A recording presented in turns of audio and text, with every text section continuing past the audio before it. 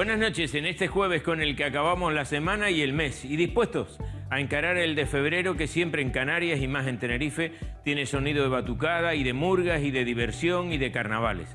Así pues lo encaramos con la pretensión de que sea diferente y de que tenga el color de una tierra caliente, aunque el frío se haya instalado y las tormentas y las depresiones meteorológicas nos indiquen que aún es invierno. Hoy seguimos hablando de los asuntos que se mantienen vivos en nuestro devenir cotidiano. Por ejemplo, el de las chumberas, una reposición de casas que se deterioran día a día, con unos vecinos que o están viviendo entre puntales o se encuentran desplazados de sus domicilios habituales sin que se sepa cuándo retornarán a una situación de estabilidad. ¿Ustedes se imaginan el desasosiego que esta situación les puede estar generando a estas familias? Hoy estamos asistiendo a un toma y daca de todos los partidos políticos que se culpan unos a otros de esta situación y todos han tenido que ver en que estemos así. Los del Partido Popular porque cuando gobernaban en Madrid estuvieron racaneando con los fondos. Acuérdense de que no liberaban los dineros, que no firmaban los acuerdos y que exigían el plan que se iba a llevar a cabo cuando lo lógico era que esos planes se hicieran cuando se supiera con qué fondos se disponía. Ahí se perdió un tiempo increíble, mientras la gente se desesperaba y los que en ese momento estaban en el ayuntamiento buscaban fórmulas que pudieran aplicarse. Se hicieron los primeros contratos para realojar a algunos vecinos y se comenzaba con la labor de conocer quiénes eran los afectados. En los bloques vivían propietarios de esas viviendas, inquilinos e incluso algunos familiares que ni tenían contratos ni poder para firmar nada. Se detectaron además una serie de movimientos especulativos por parte de algunos que compraban esas propiedades en precario para tener el día de mañana varios pisos y eso no estaba previsto. Me han contado que con algunos de los que figuraban en las escrituras no aparecían y se tuvo que realizar una auténtica labor de búsqueda y captura para poder tener los poderes necesarios con los que acometer los primeros pasos y comenzar a recabar la documentación con la que abordar la remodelación. En el 2015 se consiguió por fin tener un convenio en el que figuraba el Estado con una aportación económica de 25 millones de euros y que el Gobierno de Canarias, el Cabildo y el Ayuntamiento aportarían el resto.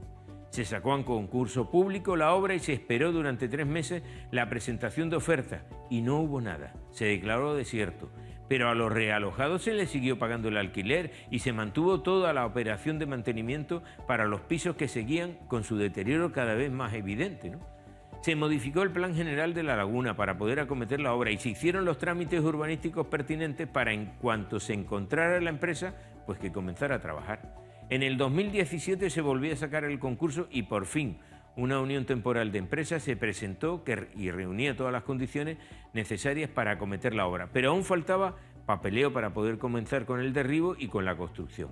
El año pasado se empezaron a negociar un nuevo convenio porque el que estaba se acababa y había que darle legalidad y que no se parara un año después sin saber si habría o no dotación económica. En junio dicen que estaba todo previsto para la prórroga del convenio, pero vino la moción de censura al Partido Popular y los que llegaron pidieron tiempo para enterarse de cómo estaba todo. Y en eso hemos llegado al tiempo actual y al lío desatado en el que todos se culpan a los demás. Preguntan dónde están los 25 millones aportados, preguntan cuánto han puesto desde el resto de las administraciones y preguntan por cuántos son los propietarios, pero no responden a los vecinos que no saben ya qué hacer. El actual alcalde de La Laguna, José Alberto Díaz, se fue a Madrid para hablar con el ministro Ábalos para pedirle cuentas y lo hizo empotrándose en la delegación canaria que iba a firmar el convenio de carreteras el pasado día 22 de diciembre. Las respuestas que recibió ya presagiaron que ahora hay que revisarlo todo. Y así es. Ahora el ministro Ábalos, ese que tantos problemas ha puesto a los asuntos de Canarias, quiere un nuevo convenio. Y eso hay que negociarlo. Y quiere que todo el asunto vuelva al punto de partida con unos vecinos desesperados y con una unión temporal de empresas que lo tiene todo listo, pero que quiere garantías de que su trabajo se lo van a pagar desde el primer movimiento. Como ven, la frase aquella de que las cosas de Palacio van despacio, aquí son aún peor. Y cuando alguien quiere retrasar este asunto, lo consigue. ¿Ustedes ven alguna solución inmediata? Algunos creemos que unos por otros esto no tiene quien lo deslíe y que pasará mucho tiempo antes de que la piqueta derribe y los obreros construyan. Pero mientras, los vecinos seguirán en un impasse de difícil solución. Y es que nuestra clase política está más en clave electoral que en la resolución de los problemas porque entienden que las medallas se las pueden colocar otros. Qué mala pinta tiene todo. De verdad, es como para pedir que algún despacho institucional de esos que hemos nombrado se pusiera en alguno de los bloques. Entonces verían que pronto se ponen manos a la obra. Y nunca mejor dicha la situación. Buenas noches. A Pepe Moreno lo veremos a eso de las 6:30 en Políticamente Incorrecto. Hoy entrevista al presidente del Partido Popular y también alcalde de Los Realejos, Manuel Domínguez. Leopoldo Pérez, buenas noches. Muy buenas noches. Bueno, otra semana más. Por cierto, la semana pasada nos retaron que trajéramos a un invitado. No es el primero, es el segundo de esta noche. Después diré quién es. Sí. Después diremos quién es. Se puede ya decir reto conseguido. Reto conseguido. Bien. Se puede decir quién es, pero además, atención, ¿eh? Vamos a hablar de las cianobacterias. Vamos a hablar de la ciguatera. Bueno, vamos a hablar de las toxinas. Por cierto, hoy hemos visto un estudio de la Universidad de Las Palmas, ¿eh? Sí, de la Universidad de Las Palmas. De las caballas que nos estamos comiendo con microplásticos en el estómago. Exactamente. Vale, de eso vamos a hablar. Podríamos hablar de política, que también. Pero me parece que nos va la vida en esto de la alimentación y del medio ambiente. Porque desde que dejemos de respirar, desde que los mares estén acidulizados absolutamente, a ver qué hacemos con nuestra vida. Ni la política, ni 8 cuartos, ni nada. Ni el Ferrari que tengo aparcado en la puerta. No sirve para nada. Y evidentemente me imagino que Sí. el invitado nos sorprenderá. Seguro, con algunos datos e investigaciones. Y también será polémico. Químico ambiental. Químico ambiental, sí. Vale. Y será polémico, Sí, ¿no? sí. Porque a ver el origen, ¿qué opina este técnico especialista Sí. en el origen de esas cianobacterias que provocan las microalgas? Exactamente. Vamos a Pero ver. como aquí en este programa vamos a contracorriente, es lo más divertido, ¿no? Exactamente. La contracorriente. Camarón que se lleva la corriente, ¿cómo era? Pues ahora Algo de me eso. cogiste porque no lo sé. Bueno, No lo mira, recuerdo. hay noticia de última hora y tiene que ver con este documento. Véanlo. Los vecinos se lo han encontrado en el edificio, en aquellos edificios de Añasa. Ha llegado a los vecinos de estas viviendas que van a ser compradas por el Gobierno de Canarias. Recuerden que desde el Ejecutivo se acordaba con la dirección del Banco Santander, vamos, con los fondos buitre, la compra de los edificios de la manzana 7 y 8 de Añasa por un valor de 24, casi 25 millones de euros. Un total de 358 viviendas con carácter de vivienda de protección oficial en régimen de alquiler, cuyas familias inquilinas tenían la amenaza de desahucio o la no revocación de sus contratos por parte de las empresas filiales del banco. Ahí estamos, los buitres o los fondos buitres. Vamos, recordemos además la coincidencia entre los técnicos del Ejecutivo y el banco en cuanto a la valoración total del inmueble, que se fijó en 29 millones. Y esto que estamos viendo es la reunión en la que se llegó, la que se anunció el preacuerdo con el Banco Santander. Y lo que ha aparecido es este documento, que lo que entendemos es que está diciendo, señores, que el lunes firmamos en el notario. ¿Será eso? ¿Será eso? Hay una persona que es la que ha llevado la intermediación. Inma Évora, asesora intermediaria de Viviendas de Añasa. Cuando se lo pidió la consejera de Vivienda, de Política Social y Vivienda, Cristina Valido, le dijo, hombre, tú entiendes bien este asunto, nos gustaría que estuvieras mediando con los vecinos de Añasa, con el banco, con nosotros. En fin, ha estado de asesora y no sabemos hasta cuándo en este asunto. Inma Évora, buenas noches. Buenas noches. ¿Significa esto que el lunes ya deja de usted de prestar servicios al Gobierno de Canarias en esta asesoría? Bueno, de momento no, que me quedan 2 meses, ¿no? Es una asistencia técnica por 4 meses. Vale. Bueno, todavía ahora nos queda el proceso de valoración de todos los casos. Bueno, valoración, o sea, mi misión, digamos, es mediar con los vecinos para irles informando, irles diciendo qué documentación deben aportar, etcétera, y todo eso, pues coordinarlo con las administraciones públicas, con el Gobierno de Canarias, ¿no? Sobre todo para que, bueno, se vayan estudiando caso por caso y se vaya regularizando, bueno, haciendo los cambios de contratos y regularizando las situaciones. Este documento, esta invitación es del alcalde José Manuel Bermúdez a los vecinos, se la ha encontrado hoy. El motivo es la firma de la adquisición, o sea, ¿todos al notario? Se confirma, ¿no?, que el lunes a las 6 de la tarde lo que se va a hacer es la firma de la compra-venta en presidencia de gobierno, ¿vale? Vale. Sí. Es un acto protocolario, me imagino. Sí, sí, bueno, claro, hombre, faltaría más, ¿no? Esto, el próximo lunes 4 de febrero a las 6 de la tarde es el acto protocolario, o sea, ahí se va a firmar, porque lo que hubo el otro día fue el preacuerdo, lo que se anunció fue el preacuerdo de lo que estábamos viendo imágenes antes, imágenes de archivo. Exacto, Bien. exacto. Fue, digamos, el acuerdo de compraventa, o sea, llegaron a un acuerdo en el precio, me imagino, y bueno, ya Vale. a partir de ahí comenzó a correr el tiempo pues para la firma, para ejecutar la firma, ¿no? Vale, y después, después del lunes se firma, se compra, vamos, y ahí es cuando empieza, ahí es cuando usted tiene que empezar a valorar cuál es la situación de cada vecino, o eso ya se está haciendo. Bueno, a ver, ahí es cuando se empieza bueno, pues a dar citas a cada vecino para ir viendo cuál es la situación de cada vecino, trasladarlo a los servicios sociales de la administración pública, que son los que realmente tienen que hacer la valoración. Yo hago la intermediación entre los vecinos, ver cuáles son sus situaciones, informarles de cómo está cómo está la cosa, la documentación que tienen que aportar, etcétera, y todo eso irlo trasladando a la administración. Ya, es Visocan quien compra, ¿no? Es Visocan quien compra, sí. Leopoldo. Buenas noches, Isma. Buenas entiendo noches. que los vecinos ya pueden estar tranquilos. Sí, claro, hombre, los vecinos pueden estar tranquilos, las viviendas siguen en el mismo régimen de momento y, bueno, de momento esa es la información que yo tengo hasta ahora, ¿no? Y bueno, con las mismas condiciones por las que se rige el decreto, ¿no? De este tipo de viviendas, en los regímenes en los que están. Isma Gracia, buenas noches. Queríamos confirmar de su propia voz y de su asistencia en este programa esta noticia, porque nos había llegado la información, pero vamos, queríamos contrastarla a ver si efectivamente esto era así. Y nos lo ha dicho usted, nos lo confirman también ahora mismo desde el ayuntamiento. Muy bien. Buenas noches. Pues nada, muchísimas gracias a ustedes. Buen trabajo, buen trabajo. Hasta luego, gracias. Gracias, suerte a todos. Bien, venga, vamos a hablar un poquito de política. Este programa sin política...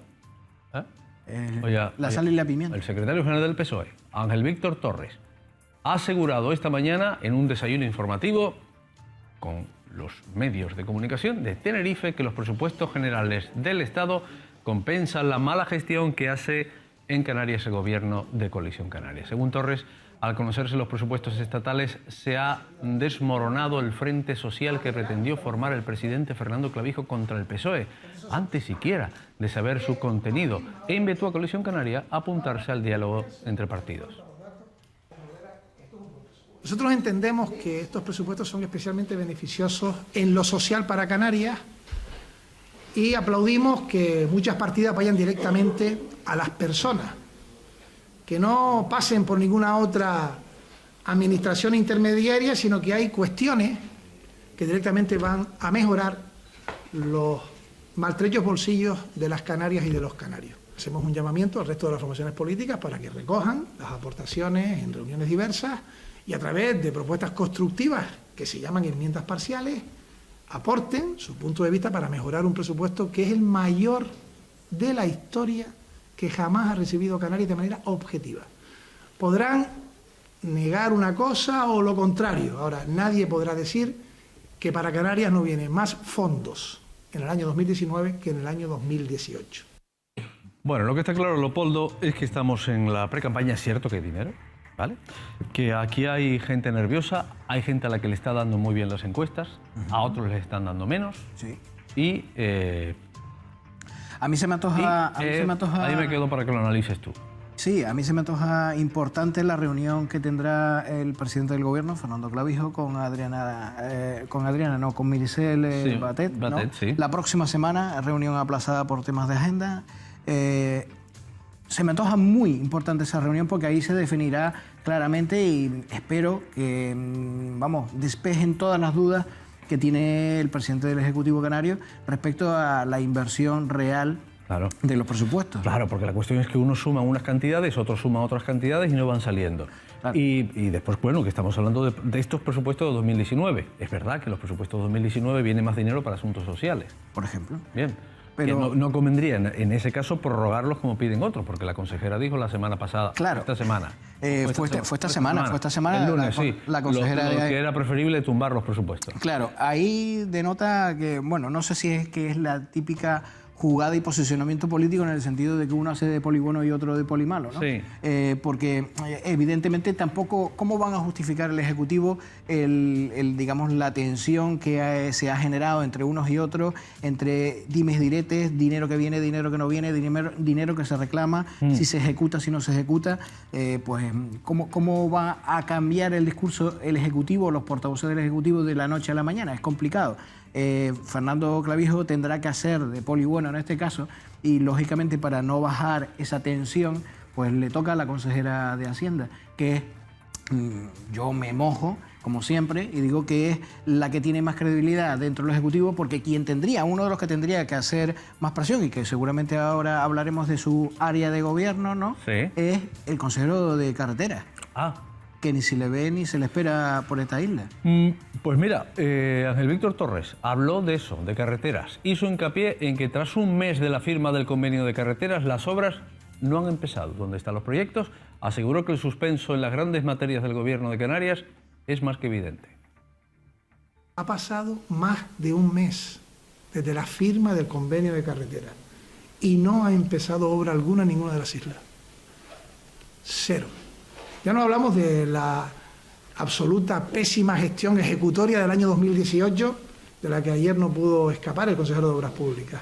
Hablo de que un gobierno previsor tenía que haber tenido justamente acabados los expedientes administrativos, para firmado el convenio, no hay razón para no empezar las obras que están en esos anexos.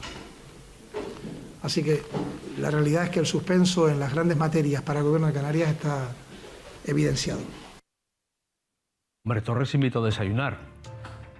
Y habría que preguntarle por dos cuestiones candentes: el pacto del Cabildo de Tenerife y las concejalas que dejaron su acta en el Ayuntamiento de La Laguna. Mónica Martín y María José Castañedo. Dejaron el acta después de los servicios prestados, ¿eh? Porque vamos a recordar que ambas dos aguantaron, y lo dijeron aquí en este programa, aguantaron carretas y carretones, y les pedía al cuerpo, usando la frase de Carlos Alonso, les pedía al cuerpo romper con el alcalde de La Laguna tiempos A.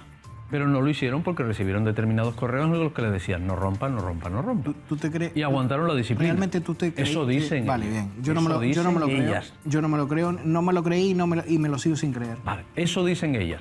¿Qué pasa? Que no se entiende con la actual ejecutiva del partido o con el secretario general local del Partido Socialista de La Laguna. Sí, Buzz Lightyear. Bueno, sí. El que iba vestido de Buzz Lightyear en los carnavales, que asaltó la sede del Parlamento. Sí. Bueno, recordar estas cosas que a mí siempre me gusta recordarlas. Y mucho dirá que tengo muy mala leche, pero es la realidad. Y hubo sentencia sobre el particular. Sí. Y a mí me gustaría saber si realmente el secretario general del PSOE local obedece a la voluntad de los afiliados de La Laguna o a otras voluntades. Y lo dejo ahí. Mira, vamos a ver. Vamos a ver lo que dice Ángel Víctor Torres sobre estas dos cuestiones: Cabildo y La Laguna. Estamos con un grupo municipal y ha habido una situación que ya venía de atrás, antes de llegar nosotros a la dirección del partido. Hubo circunstancias sobrevenidas, por tanto algunos concejales dejaron de estar en el Partido Socialista, no forman parte de nuestra organización, y hemos tenido recientemente la dimisión de dos compañeras que han expresado también cuál es su voluntad, y antes de eso procesos orgánicos en donde la Asamblea Local ha decidido quién es la persona que tiene que encabezar la lista del Ayuntamiento de La Laguna, ¿no?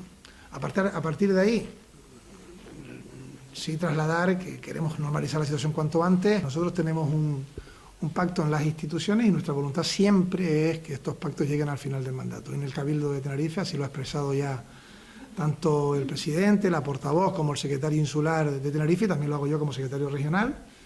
Nuestra voluntad es culminar el mandato, lo cual no significa que estemos siempre de acuerdo con los postulados que hace el presidente del Cabildo, ¿no? Si otros toman la decisión o otra decisión distinta, serán ellos los que tengan que dar una explicación. Bueno, es lo que hay en política. Exactamente. Es lo que hay en política. Cosmética, en este caso. Es lo que hay en política. Mucha diplomacia. El virus de la gripe ha alcanzado niveles epidémicos en Canarias. ¿Te ha pillado? No, toco madera. Bien. Tras varias semanas de aumento progresivo, ya sabes tú que hay saturación Sí. en No se pueden imaginar. en las urgencias de los hospitales. De los hospitales, claro. Principalmente. Que por cierto, hay que recomendar que las urgencias se tienen que utilizar primero las de los centros de salud y después, en todo caso, se derivan a los hospitales. Bueno, por según el informe de la Dirección General de Salud Pública de las Islas, hoy ha habido convocatoria, la tasa de incidencia del virus registra ya 154,16 casos por cada 100.000 habitantes, frente a los 78,75 de la semana anterior. Pero además, en 7 días se ha elevado también el número de afectados graves, tanto en ingresos hospitalarios como de fallecidos, que ya suman 16 en lo que va de temporada, y ninguno de ellos se había vacunado, según dicen. En cuanto a los casos registrados en los hospitales de la comunidad autónoma, el informe sanitario revela que se han notificado este año un total de 181 ingresos de pacientes en estado grave, 86 de ellos solo durante la última semana. Y según la Dirección General de Salud Pública, estamos en la semana de mayor incidencia y no se sabe cuánto va a durar la onda epidémica. Recordemos que aquí el otro día el portavoz en defensa de la sanidad pública, el señor de la Barrera, decía que esto pasa porque no ha habido previsión institucional. Está clara. No porque la gente se enferme, sino por la saturación. La gente se enferma porque se enferma. Estos picos de crisis de salud son estacionales y por lo tanto se producen todos los años en función de circunstancias meteorológicas, el frío y demás. Claro. Se puede prever. El problema es que los recursos son limitados, siguen siendo limitados y no se incrementan. Tan sencillo como eso. Lógico que se produzcan tapones. También dijeron que sobre la gripe A, tranquilos, que se trata de una gripe más.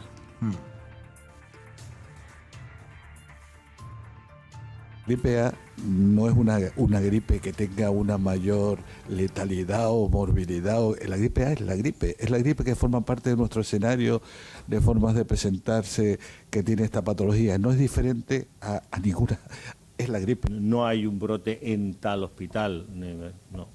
Estamos en onda epidémica en estos momentos y por lo tanto hay un aumento, estamos en las semanas de mayor incidencia de gripe. Por lo tanto, se espera que haya más personas ingresadas, que haya más enfermos graves y que haya más fallecimientos por gripe. Es lo que esperamos. No sabemos cuánto va a durar todavía la onda epidémica. Y los escolares con edades comprendidas entre los 6 y 16 años podrán aprender a partir de ahora qué son las vacunas y para qué sirven, todo ello a través de un lenguaje sencillo utilizado en materia didáctica, especialmente preparado para ellos, para esos estudiantes de 3 a 16. Se trata de la campaña con V de vacunas, que con la colaboración de las Consejerías de Sanidad y de Educación del Gobierno de Canarias va a llegar a los centros educativos del archipiélago para mejorar el conocimiento y la percepción sobre las vacunas. Canarias será la primera comunidad en la que se lleva a cabo esta campaña que va a recorrer toda España con objeto de transmitir a los menores y a su familia un mensaje claro y sencillo. Las vacunas salvan vidas y evitan secuelas. Es un proyecto que nos tiene absolutamente entusiasmado. Desde la Asociación Española de Vacunología lo vamos a desarrollar en todas las comunidades autónomas del Estado, pero hemos comenzado en Canarias desde un punto de vista de pilotaje de la campaña. De que la población infantil entienda y comprenda por qué y para qué se les va a pinchar una vacuna, que no es nada agradable para la mayoría de las personas, pues ayuda a consolidar una de las estrategias sanitarias que más beneficios ha ocasionado a la salud mundial. Es una intervención basada en el respeto a los demás, en el cuidado, en el querer, en la protección de los padres, madres y tutores que asumen la responsabilidad de proteger a sus hijos. Bueno, con respecto al movimiento antivacunas, el presidente de la Asociación Española de Vacunología, Amos García, dijo que el porcentaje de seguidores en España es pequeño y que el principal déficit que tienen las vacunas en su éxito, insistió también el jefe del Servicio de Epidemiología y Prevención, en el que nunca se puede bajar la guardia ante estos asuntos. De momento es mínimo y por suerte si no ha llegado a más. Eso es bueno. Es decir que todavía los padres mayoritariamente, muy mayoritariamente, siguen confiando en las vacunas como un elemento importante para mantener la salud de sus hijos. Yo quiero lo natural, no quiero lo químico y por lo tanto rechazo las vacunas, porque es lo alternativo y es lo progre. A mí siempre me gusta decir ante este colectivo, que afortunadamente es muy escaso, pero que existe, que lo auténticamente progre, lo auténticamente natural, lo auténticamente alternativo es lo que modifica las realidades nocivas de la sociedad, de la ciudadanía. Y lo que realmente modifica una realidad nociva, como son las enfermedades transmisibles en la ciudadanía, es, entre otras cosas, las vacunas. Uno de los principales déficits que pueden tener las políticas vacunales es el propio éxito de las vacunas, que al evitar ya la presencia de determinadas enfermedades vacunables condiciona que haya un cierto reparo a seguir con las estrategias vacunales porque ya no existen esas enfermedades. Pero cuidado, frente a las enfermedades transmisibles nunca se puede bajar la guardia. Y lo que hoy no exista no quiere decir que mañana se vuelva a presentar como bajemos la guardia y bajemos por lo tanto las coberturas vacunales. Bueno, mira tú, hablando de vacunas, de los virus, de los antivirus, ¿por qué se llama antivirus a lo que ponemos en el ordenador? ¿Porque son virus, Cerreba? No, pues, no son virus, bueno, virus biológicos, habría que no. asemejarlo de alguna manera, ¿no? Sí, Igual los informáticos lo llaman de otro, no un sé. símil, no, yo creo que Sí, los denominan virus. Cuando estudias informática, ingeniería informática, por ejemplo, te dice que un virus se llama virus. ¿Será porque se comporta...? O se llama código malicioso, por ejemplo. Bueno, no lo sé. Malware, sí, hay distintos, me imagino ahora el próximo invitado nos lo comentará, pero me imagino que será la denominación porque se comportan igual o similar que los virus biológicos, infectando todo el organismo, en este caso pues la unidad. Hackron es el Congreso de Ciberseguridad. Sí. Dicen que con mayor relevancia de Canarias. Se celebra en Santa Cruz de Tenerife. Ya el año pasado hubo una edición. Bueno, y el otro, ya van por varias ediciones, por la sexta y edición. el anterior. Estos señores fueron los que hicieron ese reto de a ver quién entra al sistema informático del ayuntamiento. Por ejemplo. Y lo tumba. Sí. Lo hicieron el año pasado. Bueno, llevan dos ediciones, si no recuerdo mal. Y no lo tumbaron. No lo tumbaron. No lo tumbaron. Vale, no lo tumbaron. ¿Por qué no lo tumbaron, Cecilio? Cecilio es el organizador de Hackron 2019. Muy buenas noches. ¿Por qué no tumbaron el sistema informático del Ayuntamiento de Santa Cruz? El primer año se hizo... Había un ruso ahí, no había un ruso ahí. Hay varios. Siempre hay rusos, en todos lados hay rusos. No, y aquí tenemos mucha gente muy buena, ¿no? También para que puede tumbar sistemas. Pero el primer año sí es verdad que se hizo una prueba y aguantó. Y el segundo año, que fue el año pasado, ya hicimos porque la gente se aburría. Si el sistema es muy seguro, al final pues no mola tanto que dejar pequeños huequecitos para que se metan y fuera una especie de testeo, ¿no? Ya. O sea que vale, o sea, eso, vamos a ver, pero eso, meterte como un hacker, que lo de hacker ya veremos, ¿no? Porque todavía estamos con el ¿qué es un hacker? O sea, un pirata informático es una cosa y un hacker es otra cosa. Efectivamente. Lo que pasa es que el cine ha generalizado el hacker como un tipo malo, y un hacker no es precisamente un tipo malo, un elemento malo, malicioso, ¿no? Es el pirata informático. O sea, la cuestión es... una cosa es un ataque de piratas informáticos y otra cosa es, por ejemplo, lo que pasó el otro día con las murgas, ¿no? Que dice, ponemos las entradas y se cayó el sistema. Pero eso porque el sistema no aguanta. Efectivamente, muchas veces... Porque hay una invasión ahí. Claro. Si ahora entramos todos, a ver, todos los ciudadanos de Santa Cruz, los 200.000, al sistema informático del ayuntamiento se cae. Efectivamente. Se va a caer. Existe Pero eso no es un ataque. Una denegación de servicio porque esas máquinas no están preparadas para soportar tanto volumen. Y entonces llega un momento que lo que hacen es caerse, ¿no? Y dejar de dar servicio. Eso es una manera de atacar muy fácil, muy sencilla. Porque simplemente lo que tienes que hacer es... de ahí vienen las redes o las bootnet que llaman de ordenadores zombies, que son ordenadores que tienen un pequeño programa que, digamos, ese programa lo que hace es comportarse como alguien quiere y en un momento determinado hace una petición y 1 millón de máquinas hacen una conexión a una página web determinada. Ajá. Entonces... el servidor web que recibe esas peticiones no puede soportar a 1 millón de personas conectándose, entonces lo que hace es caer el sistema. ¿No? Eso se llama ataque de denegación de servicio y está muy de moda, ¿no? Sí, claro, pero eso es un ataque premeditado. Lo otro es, hoy estás esperando ahí a que pongan las entradas de las murgas y al final cuando le das al F5, cuando entras, el sistema se asfixia, ¿no? Sí, efectivamente. Claro. Bueno, ¿cuántos años dijiste, Hackron? Esta es la sexta edición. 6 años llevamos. 6 años. Este es el 6º año. ¿Y qué tienes preparado? Pues este año tenemos 2 cositas nuevas, ¿no? A ver. La primera que tenemos es, vamos a intentar, y creo que lo vamos a conseguir, acercar la Internet a las familias. O sea, hablar de ciberseguridad, pero en un idioma familiar. ¿Cómo lo vamos a hacer? Pues a través del Cabildo de Tenerife vamos a hacer unos talleres en la Universidad de La Laguna y vienen dos personas que, bueno, desde mi punto de vista y de muchas personas son muy buenos. Uno es Angelucho, que es una persona que creó desde hace mucho tiempo una página web que se llama Por una red más segura y que incluso hace también en Madrid congresos para las familias, orientado a las familias a enseñar seguridad, a enseñar a los padres cómo enseñar a los hijos a navegar por Internet, a enseñarles de una manera bastante llana pues, qué peligros existen en Internet y cómo se pueden defender de ellos. Esa es una de las cosas que vamos a tratar. Ya, pero eso desde el punto de vista tecnológico, digamos. Tecnológico, ¿no? Tecnológico, porque después ya está la educación paternofilial en el sentido de decir, oiga, la educación. Exacto. En sí, de qué tiempo le dedico al aparato, ¿no? Exactamente. Eso ¿Y por dónde navego? Eso es otra cosa. Eso es otra cosa, ¿no? Pero sí es verdad que si un padre sabe los peligros que hay en Internet, puede defender a su hijo y puede enseñarle dónde puede meterse o no, ¿no? Hay que empezar por algún sitio y eso es uno, ¿no? Y las herramientas que están a su disposición en el mercado para ejercer ese, vamos a denominarlo de una manera, no sé si es el término más apropiado, Cecilio me dirás, ese control parental, ¿no? Exacto. Para que, digamos, poder gestionar todo lo que tiene la red, que no todo es bueno. Efectivamente. ¿No? Yo digo que la red es una representación de la vida. Entonces, si nosotros en el mundo tenemos, si pudiéramos, digamos, de manera matemática decir que hay un 10% de sitios malos en el mundo, pues hay un 10% de sitios malos en la red, ¿no? Aquí más o menos representa al final el mundo que existe y que tenemos. Sí, pero claro, uno está hablando de la red y lo que piensa es que estás sentado delante de la computadora, cuando la computadora está aquí ya, ¿no? Exacto. Vale. Y eso es fácilmente extrapolable al tema del móvil. Lo mismo que nos pasa con el ordenador, nos pasa con el móvil.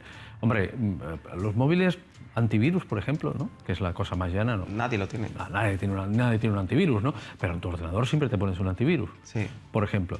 Pero aquí estamos expuestos con el tema del teléfono.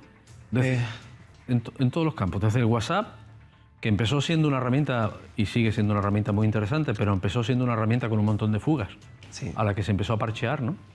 Que era muy fácil y muy sencillo. Yo tengo una anécdota de, como periodista con el WhatsApp, de estar cubriendo un evento y estarme chateando con una persona que está dentro del lugar donde había... Teníamos que tener dos equipos, lo voy a contar, Voy a contar, fíjate cómo es eso. Dos equipos. Un equipo estaba dentro del edificio que se estaba inaugurando, no voy a dar muchos datos, ¿vale? Y yo estaba fuera. Entonces, lo que me iba diciendo la persona que estaba dentro, porque yo tenía un segundo equipo, era decir, esta persona ilustre, ilustrísima, va a salir por la puerta de la derecha, no por la puerta de la izquierda. El director de ese medio de comunicación recibió una llamada de un centro de inteligencia, no, a través de Madrid, diciendo, oiga, que hemos detectado que dos personas suyas están hablando en una especie de código. Y claro, el director le dijo, ¿qué están hablando? Usted no sabe cómo funciona la tele. Hay un equipo fuera y otro dentro, y como no sabe por qué puerta va a salir, para que no se nos escurra el invitado, pues estamos dándonos... Pero nos estaban rastreando continuamente. Estaban leyendo nuestros WhatsApp continuamente. Sí.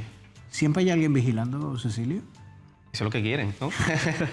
Algunos lo que quieren, vigilar constantemente y anotarlo todo. Y... No, pero digo de la parte buena, ¿no? Me imagino que alguien estará velando por nuestra seguridad en general en la red en nuestro país. Bueno. Sí, vamos a ver, los primeros que velan por la seguridad son los propios fabricantes de software, ¿no? Efectivamente, WhatsApp antes, cuando empezó, y al principio, los primeros años era un cachondeo porque la seguridad no iba con ellos. Era una empresa que había nacido pues casi con 4 o 5 programadores de una idea que en su momento parecía una idea buena, pero que nunca pensaron que fueran a tener ese boom, ¿no? Ese crecimiento tan exponencial, y la información no iba cifrada. Entonces, cuando nosotros estamos hablando aquí y estamos en una conversación, si estoy hablando yo con Leopoldo y nos entiende Enrique, pues lógicamente sabe lo que estamos diciendo y es muy sencillo, ¿no? Solamente hay que meterse entre medio y poner la oreja, ¿no? Sí. Entonces, gracias a mucha gente que empezó, pues a los hackers realmente, que empezaron a poner la cara roja a estos fabricantes y le dijeron, mira, tu programa no sirve para nada porque tiene que ser seguro, esta empresa cambió la técnica y la manera de trabajar y empezó a preocuparse por la seguridad, ¿no? Y bueno, es verdad que los primeros pasos que dieron en la seguridad, los tipos de cifrado que utilizaban era muy bajo, luego eran claves que eran iguales para todos, entonces si cogías la clave ya podías descifrarlo. También es verdad que entró otro competidor, que fue el Telegram, que venía de Rusia, que presumía precisamente de eso, ¿no? De tener ya unas conversaciones encriptadas. Exactamente. Pero claro, aún encriptado hay un gran hermano que nos puede mirar, que nos está mirando. Esa es la lucha de ese gran hermano. Claro. Pero no le sale muchas veces bien las cuentas, porque de hecho critican mucho a estas empresas que velan mucho por la seguridad, porque están llegando a veces a niveles que ellos realmente ya no son capaces de descifrar y ver qué ocurre en esa conversación, ¿no? Ya. Y lo vemos cuando hace poco había, no me acuerdo, hace un año, algo así, un teléfono móvil de una persona que había con una pistola, una escopeta en Estados Unidos, matado a un montón de gente y tal. Sí, sí. Y cogieron el teléfono móvil y le pidieron al fabricante, en este caso a Apple. Apple, sí, que lo desencriptara. Sí, y Apple dijo que ni siquiera ellos eran capaces, ¿no? Porque en el proceso de fabricación del dispositivo llega un momento en que ellos ya no saben qué clave va con qué teléfono. Entonces llega a un nivel de privacidad muy, muy alto, ¿no? Y ahí entras en el dilema de hay que dejar una puerta para que determinadas personas o empresas... Ya, pero mira, el otro día, escuchando el neurótico Donald Trump, ¿sabes? Uno que trabaja en la Casa Blanca, sabes que, bueno, tiene una lucha con China, ¿no? Sí. Y aquí está Huawei, ¿no? Huawei.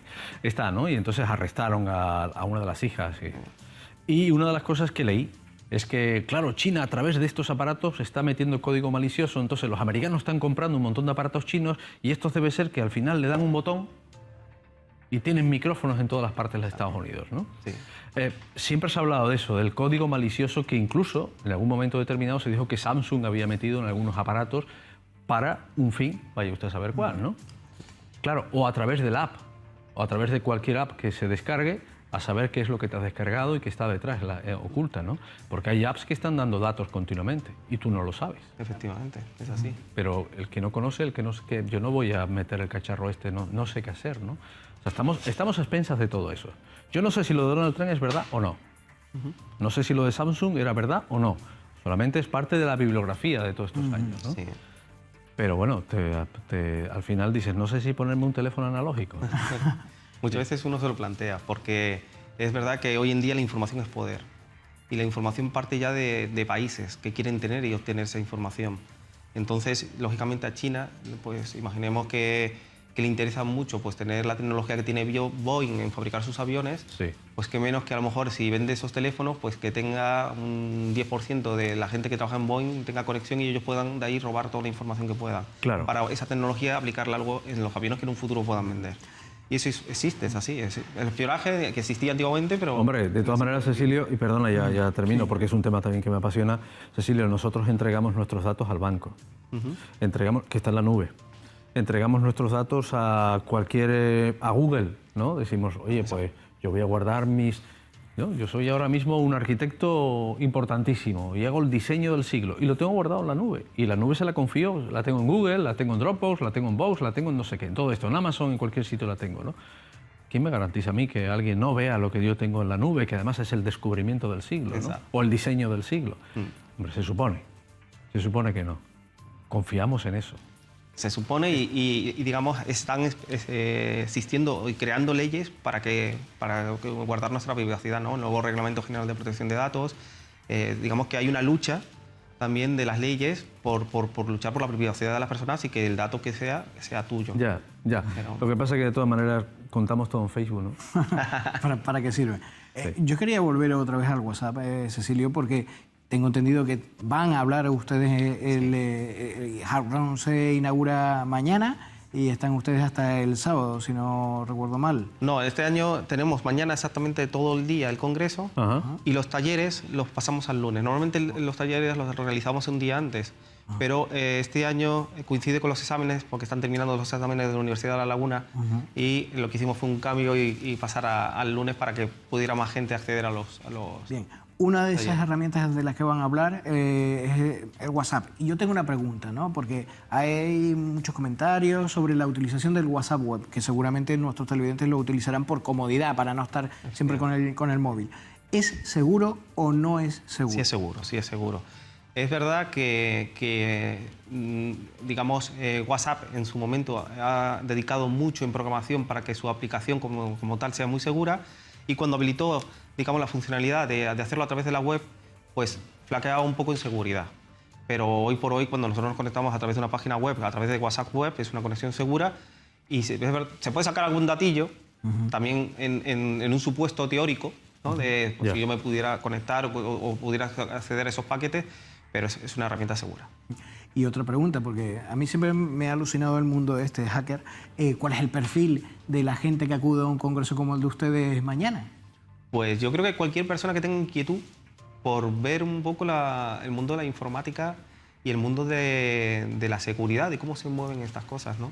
Mi hijo va a ir con unos amigos de 13 años y van a acercarse allí a ver un poco en las ponencias de cuando termine el colegio por la tarde, pues de qué va esto de la seguridad, empezar a ver, a escuchar a gente que trata casos de seguridad. Por ejemplo, por la tarde hay uno de Lorenzo, que es un perito, que cuenta casos que él ha tenido durante el último año y que son muy divertidos, porque te cuenta pues el caso de una empresa que ha sido atacada. Entonces, sin decir nombres, te cuenta pues como si fuera una historia, un libro, ¿no? Bueno, pues se coló aquí este hombre, hizo esto y no sé qué. Son cosas divertidas. Y a lo mejor ustedes no dan pistas a esa audiencia que, por cierto, ¿cuánta gente está inscrita en la edición de este año, Cecilio? Bueno, un montón. Estamos a tope. Ya estamos incluso un poco por encima de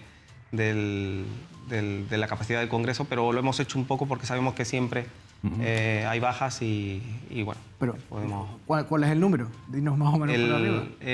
Me parece que la capacidad son 420 y pensamos que podría, bueno, en un momento determinado, si sumáramos todo el mundo, estaríamos en un poquito más. Estamos hablando del auditorio. En el auditorio, en la sala de... La sala de cámara, la pequeña, no la grande.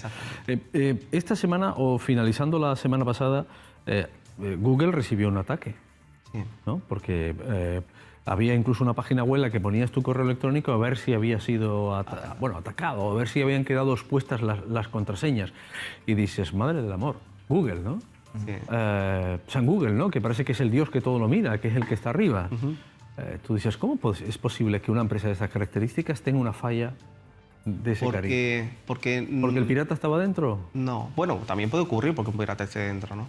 Pero cuando hablamos yo creo que el problema que tiene la seguridad informática y la informática en general es que la gente no se da cuenta de la complejidad que tiene un sistema como Google, ¿no? O sea, imaginemos que Google es como si fuera una ciudad, como si fuera una ciudad como Madrid, a nivel de complejidad de código, ¿no? Entonces tú dices, quiero atacar Madrid. Podrías atacarla por millones de sitios, porque existen millones de posibilidades y maneras, de alguna manera, colarte al sistema y acceder, ¿no? Pues eso es lo que ocurre con Google, ¿no? Y con estas grandes empresas. Tienen agujeros de seguridad en muchos sitios porque realmente su sistema es gigantesco y es imposible taparlo todo y llegar a la perfección, ¿no? Es como... Hablando un poco de la medicina y lo que hablábamos antes de virus, es como decir, oiga, deme algo para que yo nunca me ponga malo. No, saldrá un nuevo método de infección y al final pues me pondré enfermo, ¿no? Ya. Tendremos que luchar contra eso. Pues la informática es igual. O sea, por lo tanto, nunca podemos estar seguros completamente ni una empresa ni nosotros en casa. No, nunca. La seguridad en la informática es imposible como decir que estar siempre bien y no ponerse enfermo es posible, ¿no? Son tantos los métodos y las maneras que existen de ponerse uno enfermo que ocurre lo mismo comparado con lo que... Pero habrá unos hábitos, ¿no?, que nos pueda recomendar. Por ejemplo, díganos algunas cosas básicas que le pueden servir a nuestros televidentes para no meterse en un lío. Yo lo primero que digo siempre es que igual que nosotros cuando vamos a comprar y salimos a la calle, vamos a tiendas que conocemos y que sabemos que nos van a dar una garantía, pues en Internet ocurre lo mismo. Cuando nosotros naveguemos, vamos a ir por páginas que conozcamos, por fabricantes que conozcamos. No nos metamos a veces en páginas oscuras con un fin, por ejemplo, que es obtener a lo mejor una canción gratis o una película gratis, porque en estos sitios siempre vamos a encontrar a alguien que nos quiera obtener o robar algo o instalar algo en nuestro ordenador que nos quiera sacar información, ¿no? Está claro, nadie da, como digo yo, duros por pesetas y a través del señuelo de descargar una canción, va el... Cecilio, de lo que no hay duda, Leopoldo, es que Internet ha cambiado todo. Ha cambiado el modelo de negocio. Mira lo que tenemos montado en Madrid. Mira lo que ha pasado en Barcelona. Eso es producto de Internet. Porque cambia el modelo de negocio. Porque yo a través del móvil ya puedo saber dónde está el señor que tiene un coche que me viene a buscar. ¿En qué momento me viene a buscar? Veo la cara del señor. Si quiere la empresa también me dice la edad y me dice hasta su currículum vitae, ¿no? Sí. O sea, claro que ha cambiado el tema del negocio. Yo estaba pensando, mientras preparaba esta entrevista, decía, ¿y los coches eléctricos, no? Y los vehículos eléctricos, ¿no? Claro, los coches de combustión ahora tienen centralitas, pero bueno, no están conectados. Tienen centralitas, se estropea, vas y la cambias y ya está. Pero un coche eléctrico va a estar conectado. Es difícil entrar en un motor de combustión, pero en un motor eléctrico, ¿no? Es muy sencillo entrar. Sí. Y cuando los coches sean autoguiados, el otro día vi un reportaje interesante de unos señores que han fabricado un vehículo eléctrico que vaya a 400 kilómetros hora y se han dado cuenta que su verdadero negocio es crear desarrollo para Toyota, para las distintas marcas. Decían, el tema no está en vender los coches ahora. Llegará un momento en el que no interesa tener los coches, en el que tendremos aplicaciones en el que veremos dónde hay un coche libre que nos viene a buscar en casa. Yo no tengo por qué tener un artefacto aparcado en mi casa. El pago por uso. El pago por uso. Y todo eso va a estar interconectado. El vehículo guiado, todo va a estar conectado. Sí. Con lo cual llegas a un momento en el que dices, el hilo se va estrechando cada vez más, se va estrechando cada vez más, porque ya no hará falta fabricar tanques de guerra, ni misiles anticarros, ni ese tipo de cosas. Tendremos unos cerebros que atacarán a otro país diciendo, te voy a pagar la flota de vehículos, te voy a pagar la central eléctrica. Hemos visto películas. Es así. ¿No? ¿Y es así? Es así. De hecho, dicen que en estos momentos con la tecnología que hay... Te voy a robar el dinero del Banco de España. Sí, la tecnología, ha ocurrido en las últimas guerras que ha habido, que antes, justamente, que a lo mejor entre el ejército, sí, pues se han quedado sin electricidad, se han bloqueado todas las cuentas bancarias. Claro. Primero va un ataque tecnológico y posteriormente... Claro. El ejército, ¿no? Vete y cierra el agua a una comunidad con un sistema informático, bloquea el sistema del agua, ¿no? ¿no? Y ante eso la pregunta es clara, aunque seguramente muchos nos hacemos. Hay que armarse. Hay que armarse y sobre todo, ¿dónde queda el ser humano? ¿Dónde queda la inteligencia del ser humano? ¿Seremos sustituidos? ¿Qué pasará? Porque a este ritmo, alguien de hace 50 años le cuentas qué somos capaces de hacer ahora mismo. Sí, el algoritmo. Y le da un poco de vértigo, ¿no? Sí. ¿Dónde está la inteligencia humana? Me imagino que ahí jugará... una base súper importante, el programador, el forense informático, el que tiene que estar controlando a la máquina, ¿no? Sí, exactamente. Está claro que vivimos una revolución y esta revolución va a cambiar la manera que tenemos de vivir, pero vamos, radicalmente. El otro día, justamente con el tema de los problemas que ha habido en Madrid con los taxis, decía en un artículo que me hizo mucha gracia, dice, se podrán quejar o cargar a Uber, a Cabify, dice, pero ahora viene el coche autónomo con Google y eso no lo va a poder quitar nadie, ¿no? Nadie. Esto es una revolución y no puedes luchar contra ella. Yo creo que lo único que puedes hacer es adaptarte y efectivamente muchos negocios dejarán de existir porque ya no serán negocio, pero esas personas migrarán a otros sistemas y a otros negocios, ¿no? El ser humano quizá pues utilice más su mente, ¿no? Sí, yo sí creo, fíjate, ya que estamos hablando, porque más que una entrevista parece una charla, ¿no? Pero bueno, tenemos al experto aquí. Yo sí creo que los gobiernos o el legislativo tiene que intervenir en el algoritmo. Porque bien, está bien la inteligencia artificial, que el aparato empiece a aprender de ti. Está muy bien que tengamos un coche autoguiado y que entonces aprenda de mis costumbres y él haga lo que yo quiero. O cuando llego al sistema que le hablo en mi casa domótico, vaya aprendiendo cuáles son mis gustos, ¿no? No pasa nada con eso. El problema es cuando entramos en las redes sociales y ese algoritmo nos está enseñando lo que solamente queremos ver, ¿no? Y entonces solo te enseña tu mundo, ¿no? O la pastilla verde o la pastilla azul. Y ese es un problema. Porque entonces tenemos a unas sociedades muy sesgadas, donde lo que dice el otro no importa, importa lo que digo yo. Y el otro día escuchaba a Barack Obama hablando de eso, y verdad que ha sido una reflexión muy interesante. Sí. La responsabilidad de los programadores o de los dueños de las empresas que van a programar, por ejemplo, redes sociales, tienen que abrir ese campo, tienen que permitir que los otros pensamientos se cuelen en tu muro, también veas lo que está diciendo otra gente, simplemente para que te hagan reflexionar, ¿no? Y eso lo estamos viendo. Mira, el otro día había un alegato muy interesante del periodista Fernando Berlín en su programa Radio Cable, en el que venía a decir, señores, no entren en los debates estériles con la gente de la ultraderecha, Porque a más que entres en un debate estéril en las redes sociales, saben perfectamente que el algoritmo les va a beneficiar a ellos. Van a tener más visibilidad, ¿no? Si tú empiezas a discutir con el enemigo lo que te va a hacer es provocar para tener más visibilidad. Claro. Eso ocurre en la vida cotidiana, pero también ocurre en la vida cibernética, ¿no? Exactamente igual. De hecho, hace un año estuvimos aquí y hablamos exactamente de lo mismo, de algo parecido. Y es verdad que durante este año me he dado cuenta, porque es verdad, es así, en Facebook, yo por lo menos tengo amigos de todo tipo de ideologías y ellos cuelgan mucha información y te das cuenta de que te da igual de ideología que tengan, se alimentan de la propia ideología, porque ¿qué hacen al final?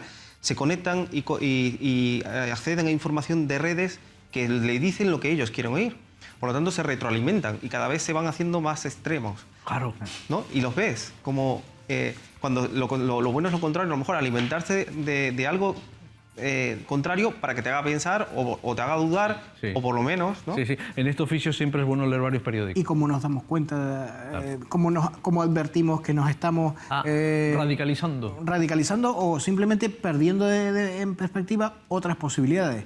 Pues es muy difícil porque, claro, el programador no se ha metido en estos momentos, como decimos, en este tipo de redes sociales, en intentar controlar eso o ver que a lo mejor se está creando de una manera inconsciente gente muy radicalizada, ¿no? Claro. Ellos simplemente abren la puerta y cada uno elija lo que quiere, pero se está generando ese movimiento, ¿no? Y eso se puede utilizar, de hecho, yo estoy seguro que se utiliza para generar a lo mejor ventas, productos, adhesiones a marcas. Claro, por supuesto.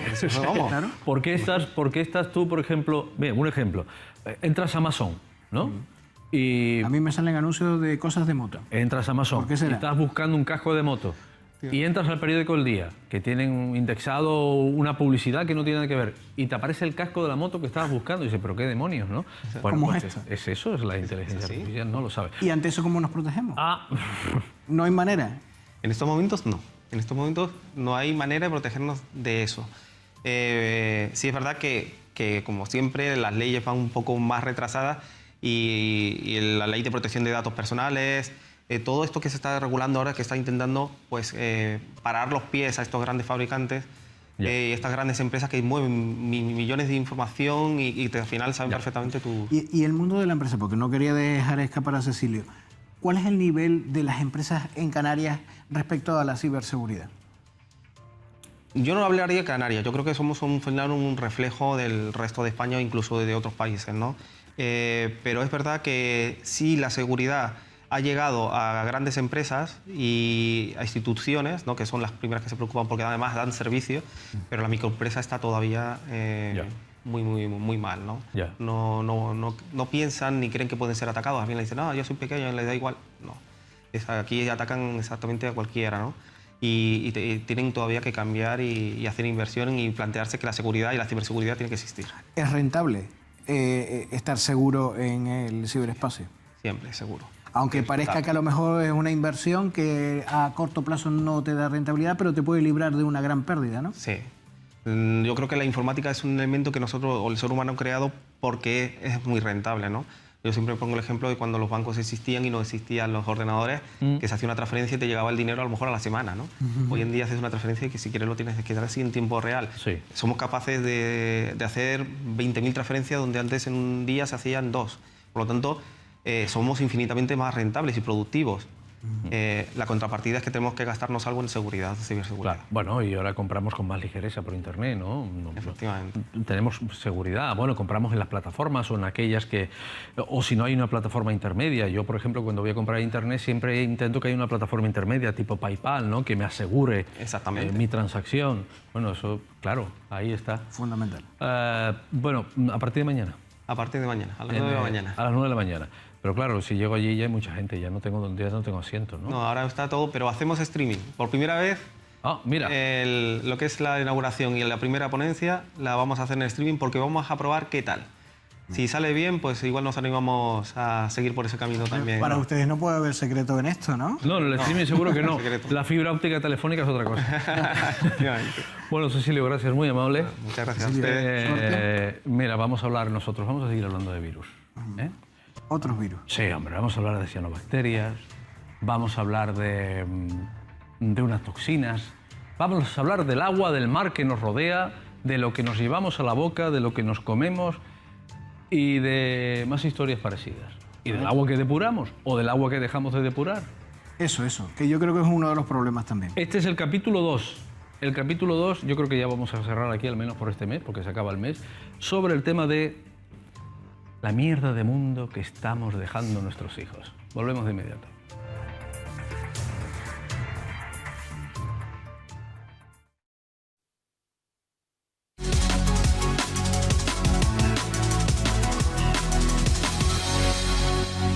El pasado jueves, hace una semana, salió a relucir el nombre del profesor de Química Ambiental Julio Muñiz. Se hablaba de la depuradora de aguas residuales de forma sostenible y biológica. Fue la semana pasada, tal día como hoy, y así ocurrió. Y que, bueno, unos másteres después, el director Parque Rural de Abel Herrera, estaba José Luis Peraza y más gente. Julio Muñiz, que es una persona excelente con un conocimiento es químico y un conocimiento en el tema del agua que es increíble, deberían invitarlo a este programa. Pues toda esta gente decía que había otras opciones y eran viables y respetaban las políticas de la Unión Europea en materia medioambiental. Sin embargo, aquí parece que vamos a contracorriente. Si hay otras opciones, ¿por qué el periodismo no las cuenta? Si hay una cara B del disco, ¿por qué no lo escuchamos? No, esa es nuestra misión, ir a contracorriente. Camarón que se mueve se lo lleva la corriente. Pues entonces nos metemos. Exacto. ¿Quién nos lleva? Señor Muñiz, muy buenas noches. Gracias por aceptar nuestra invitación. Ya ve usted que le hicieron famoso el jueves pasado. Sí, esos son amigos. Usted es químico ambiental, usted es un hombre que tiene su propia visión, por ejemplo, expuso su propia visión sobre el tema de la crisis de las cianobacterias el pasado año, diciendo, por ejemplo, que los niveles de fósforo en el agua son más elevados incluso que los de la calima, que es una de las... De 1 a 1 millón. Vale. Que es una de las teorías que había, ¿no? Que se decía, bueno, están las cianobacterias, es verdad, el nivel del agua está aumentado, entonces llega la calima, se posa ahí y entonces las vemos, ¿no? Son evidentes las cianobacterias. Las cianobacterias Pero usted iba un poquito más allá. necesitan el fósforo, las cianobacterias se alimentan del aire. Fabrican sus proteínas del nitrógeno, fabrican sus hidratos de carbono del dióxido de carbono, pero lo que le hace falta a la cianobacteria, como a cualquier vida, es el fósforo. Nosotros, una persona, para hacer números fáciles, de 100 kilos, tiene 1,5 de fósforo. El fósforo es un elemento esencial para toda la vida y nosotros, a través del jabón, de los detergentes, de los fertilizantes, todo el mundo ha oído hablar del nitrofosca, ¿no? Nitrógeno, fósforo y potasio. Es decir, a través de las aguas, pero no solo de las aguas de saneamiento, sino también de las aguas agrícolas y los lixiviados, estamos echando enormes cantidades de fósforo al mar.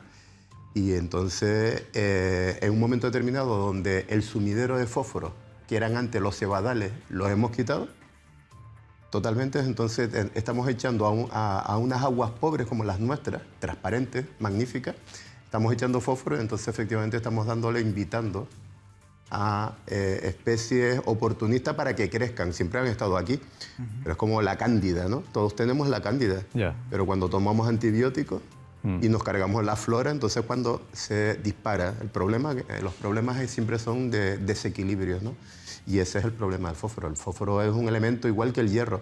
O sea que el hierro lo tenemos aquí en todos los sitios volcánicos, tenemos hierro. Cuando tú vas a la playa, llevas el transistor y se te llena el altavoz, el imán, porque tenemos hierro. Entonces las islas más volcánicas o con volcanismo más reciente, como Lanzarote, Tenerife, La Palma y el Hierro, es justamente donde han salido las cianobacterias, porque hay dos elementos fundamentales para el crecimiento de estas especies de todas, que es el fósforo y el hierro. Entonces, ¿qué nos estaban diciendo las cianobacterias? ¿Qué nos estaban diciendo esas imágenes? Que tenemos imágenes de las microalgas que vamos a poner. Sí, ¿qué nos estaban contando? Que tengo jauja, o sea, que es como las ardillas y como las culebras. Si no tienes un depredador en su momento, porque tú lo has cargado.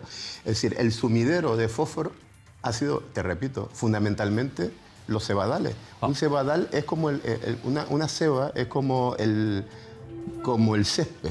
Es igual, es una gramínea. Y entonces, bueno, como hemos tocado la costa, entre otras cosas, y sobre todo también la química que estamos echando, química de elementos muy complicados que que es muy difícil vivir. O sea, los mares son complicados. Pero además, en Tenerife ocurre una cosa que es lo que hay que tener en cuenta, que aquí, aunque echemos nosotros las cosas al mar, no se diluyen. Hay unas corrientes, las corrientes que se llama de Fort-Karman, que hacen que el agua cuando llega hace que lo que echemos al mar esté recirculando. No es tan fácil la dilución. Para que nosotros utilizáramos emisario y pudiera esa agua salirse fuera, tendríamos que tener emisarios de por lo menos 1 kilómetro, llegaran al beril, ¿no? Fuera del beril, porque si no se quedan, es decir, no es como se piensa tirar de un barco. Un barco, bueno, sí se diluye, pero aquí se queda un tiempito.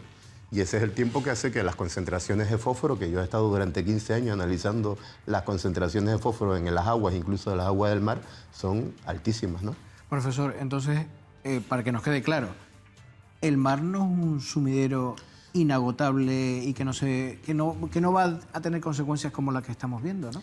Por supuesto, ya el mar ya está colmatado, ¿no? Ese es el problema, por eso antes estábamos hablando de los microplásticos, pero vamos, el nivel de plancton, del fitoplancton, el plancton en general de los mares ha caído en un 30%.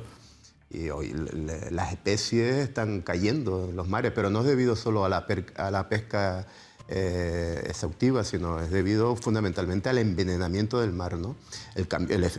Evidentemente el cambio climático está favoreciendo algunas cosas, pero todo no lo podemos echar. No le podemos decir que todos los responsables son el cambio climático. El cambio climático es uno de los factores, pero aquí, por ejemplo, respecto a la cianobacteria, también las emisiones nuestras de fósforo, y eso no ocurre aquí solo. Ayer hablaba usted de Jaffa, lo que había pasado en Israel, el mismo problema. Jaffa, cuando se rompió la depuradora que tenían ellos, en Jaffa, que está bajo control de los palestinos, se le rompió la depuradora. Y entonces todos los países que viven en torno al Mediterráneo, donde la política de mantener limpio el Mediterráneo es muy importante, la Unión Europea se encarga de subvencionar bien al Magreb y a los países asiáticos, Líbano, Siria, Israel.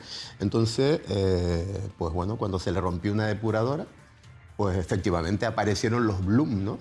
Y por eso estos dos famosos judíos que dijeron, estos dos profesores en Nature que dijeron que efectivamente había una relación, lo mismo que yo sostengo. Esa era la propuesta, lo que pasa es que en un momento determinado, pues bueno, pues aquí la gente decía que yo decía que era agua sucia, que era, bueno, hombre, es agua sucia. Pero ¿qué es el agua sucia? Es un agua con unos componentes y uno de ellos, en grandes cantidades, es el fósforo. Ayer decía el señor, que también... Señor Herrera, sí, señor Herrera. Estaba hablando que, bueno, cuando éramos chicos nos bañábamos en agua sucia. Le digo, sí, pero cuando éramos chicos la población de Canarias era 1/3 y casi nadie tenía un lavavajillas. Los lavavajillas echan, al cabo de un año, echan posiblemente 100 o 200 kilos de fósforo, ¿no? Estamos hablando, bueno, cantidades enormes, ¿no? Depende de eso, ¿no? Ya. Pero vamos a ver, profesor, si depuráramos todo el agua que sale de una depuradora, vamos, de las que tenemos en las costas de nuestras islas, si se depurara todo el agua, que vemos que no se depura, ¿se solucionaría el problema? No.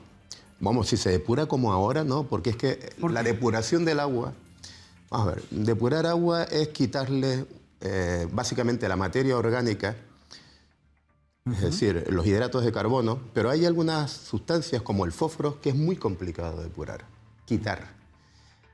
Por eso yo apoyo, por ejemplo, la depuración a base de humedales como la de José Peraza o cualquier otra, ¿no? Porque esas depuración utilizan también plantas y el fósforo es un fitonutriente. En cambio, una depuración de lodos activos, yo he fabricado una depuradora, la que funcionaba en el ciclo donde nosotros trabajábamos y que depuraba las aguas del Instituto de Tegueste, funcionan bien.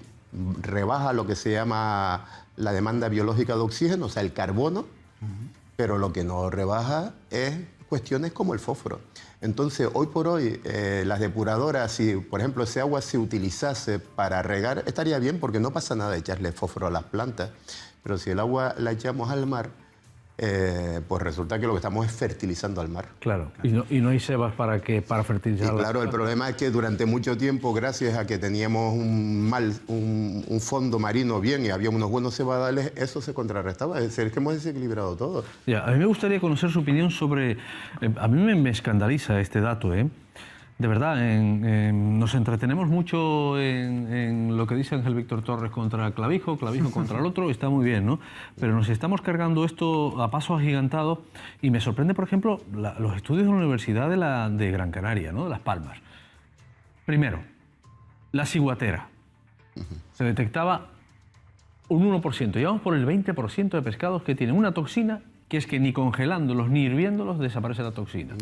Y si te la tragas, pues tienes unos problemas, un problemón de mucho cuidado. Hoy vemos lo de los microplásticos en las caballas, en el estómago de las caballas. ¿Por qué han examinado las caballas? Porque microplásticos seguro que tienen todos los seres que nadan, ¿no? Si te comes una cabra y abres la cabra, está llena de bolsas de plástico, vamos. ¿La cabra qué cabra? Una cabra. Una cabrilla, no, una cabra.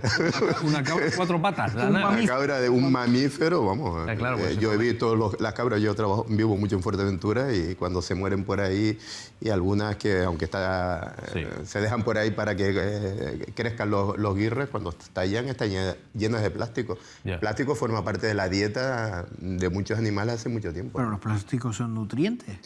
No, pero justamente como son tan inertes, se tragan. Ya. La ciguatera hace todo esto. Hace todo esto que estamos viendo en pantalla. Esta toxina, ¿tenemos que estar alarmados? ¿Tenemos que estar preocupados y preocupados? Vamos a ver, ¿Usted qué teoría tiene sobre esto? La ciguatera no tengo yo una teoría, o sea, yo me baso en lo que, entre otras cosas, están escribiendo mucha gente. La ciguatera ni siquiera es una enfermedad, es una simple intoxicación. Por ejemplo, el pescado, el medregal, los meros, son los que más tienen, el pejerrey y otros, por 2 razones. Primero, porque viven siempre en el mismo sitio.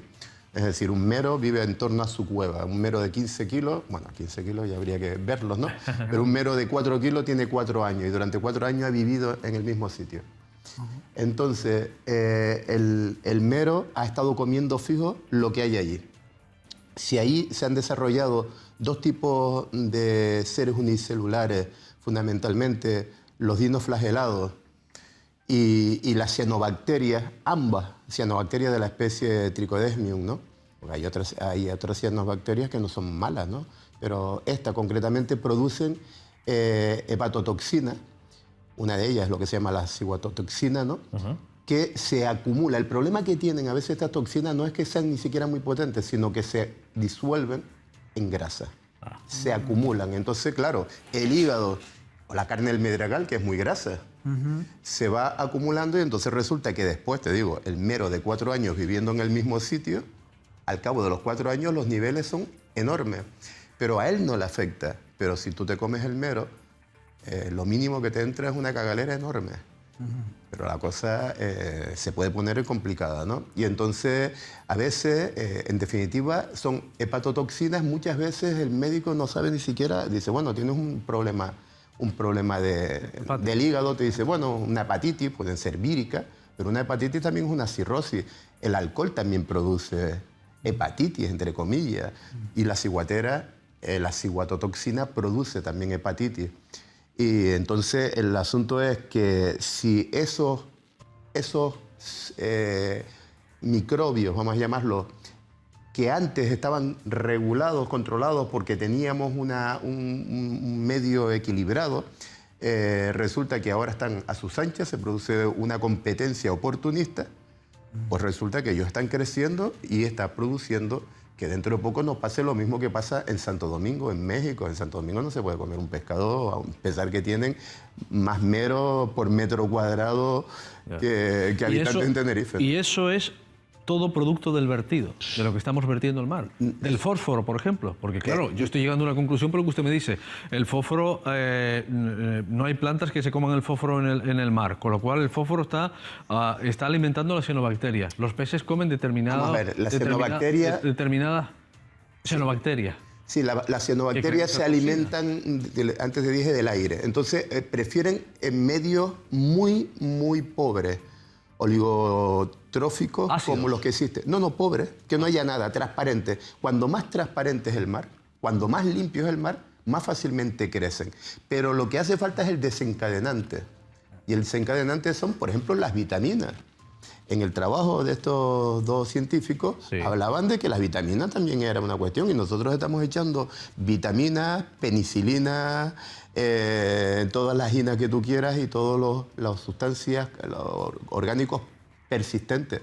Nosotros no deberíamos echar ni una gota de agua al mar. ¿Y eso es posible? Por supuesto. ¿Y qué hacemos con el agua que consumimos? Por eso yo apoyo este tipo de modelo natural. De la depuradora... Claro, porque en realidad la depuradora natural, el propio agua sirve para que crezcan las especies de plantas. Una depuradora natural y una depuradora de lodos activos no se diferencia tanto realmente. Ambos utilizan bacterias. Las que depuran el agua son las bacterias. Bacterias que necesitan oxígeno y que comen hidratos de carbono. Entonces reducen el DBO que antes estaba diciendo. Las bacterias de lodos activos, el oxígeno te lo metes mediante una bomba o mediante agitación. Pero ¿cómo funcionan las bacterias, los humedales artificiales? Hombre, pues de la manera más eficiente que hay. Una planta es la mejor fábrica de oxígeno que existe. Y esa planta tiene justamente en sus micorrizas, en la simbiosis que existe entre unas bacterias y las raíces, esas bacterias. Entonces las bacterias están debajo, las hojas cogen la energía del sol, son como magníficos paneles y la eficiencia de cualquiera de los seres de la naturaleza siempre es muy superior a lo que podamos nosotros remediar mediante máquinas. Esas bacterias esas plantas son muy buenas, pero además como la planta necesita fósforo, este fósforo lo vas cogiendo. Claro. La planta va creciendo, tú puedes hacer, sobre todo si tú te olvidas de la idea centralista que tiene, por ejemplo, que tienen, bueno, algunas empresas que necesitan hacer cosas muy grandes. Si tú, en vez de, si tienes aquí a lo mejor 200 emisarios y pones pequeñas depuradoras, resuelve que en realidad prácticamente no vas a tener que echar agua al mar, porque casi toda el agua la produce la propia. Pero los caudales que puedes producir serán a lo mejor suficientes para regar pequeños jardines. O el otro día, el día 12 que fuimos a la asamblea que hubo en Los Silos, cuando yo iba para allá, un helicóptero estaba cogiendo agua del mar, había algún incendio. Estamos llenando de sal los montes porque no tenemos, por ejemplo, remanentes de agua. Cuando se habla a veces de la economía circular, solo se piensa en coger el agua y después utilizarla para regar, pero es que el agua tiene muchas funciones. Entonces nos estamos gastando, hablamos de cantidades ingentes de energía, de aparatos y tal, para caudales de agua que son muy pequeñas y con muchas depuradoras descentralizadas, con lo que además nos ahorramos uno de los problemas más graves que tiene estos proyectos centralizados, que es no llenar la isla de Tenerife de tuberías rojas, llevando agua sucia, y eso sí que me da mi miedo. Como lo que planteaba, espero que lo echen para atrás, el Consejo Insular de Agua de Tenerife en la Isla Baja. Es decir, ¿cómo vas a subir el agua sucia a 225 metros?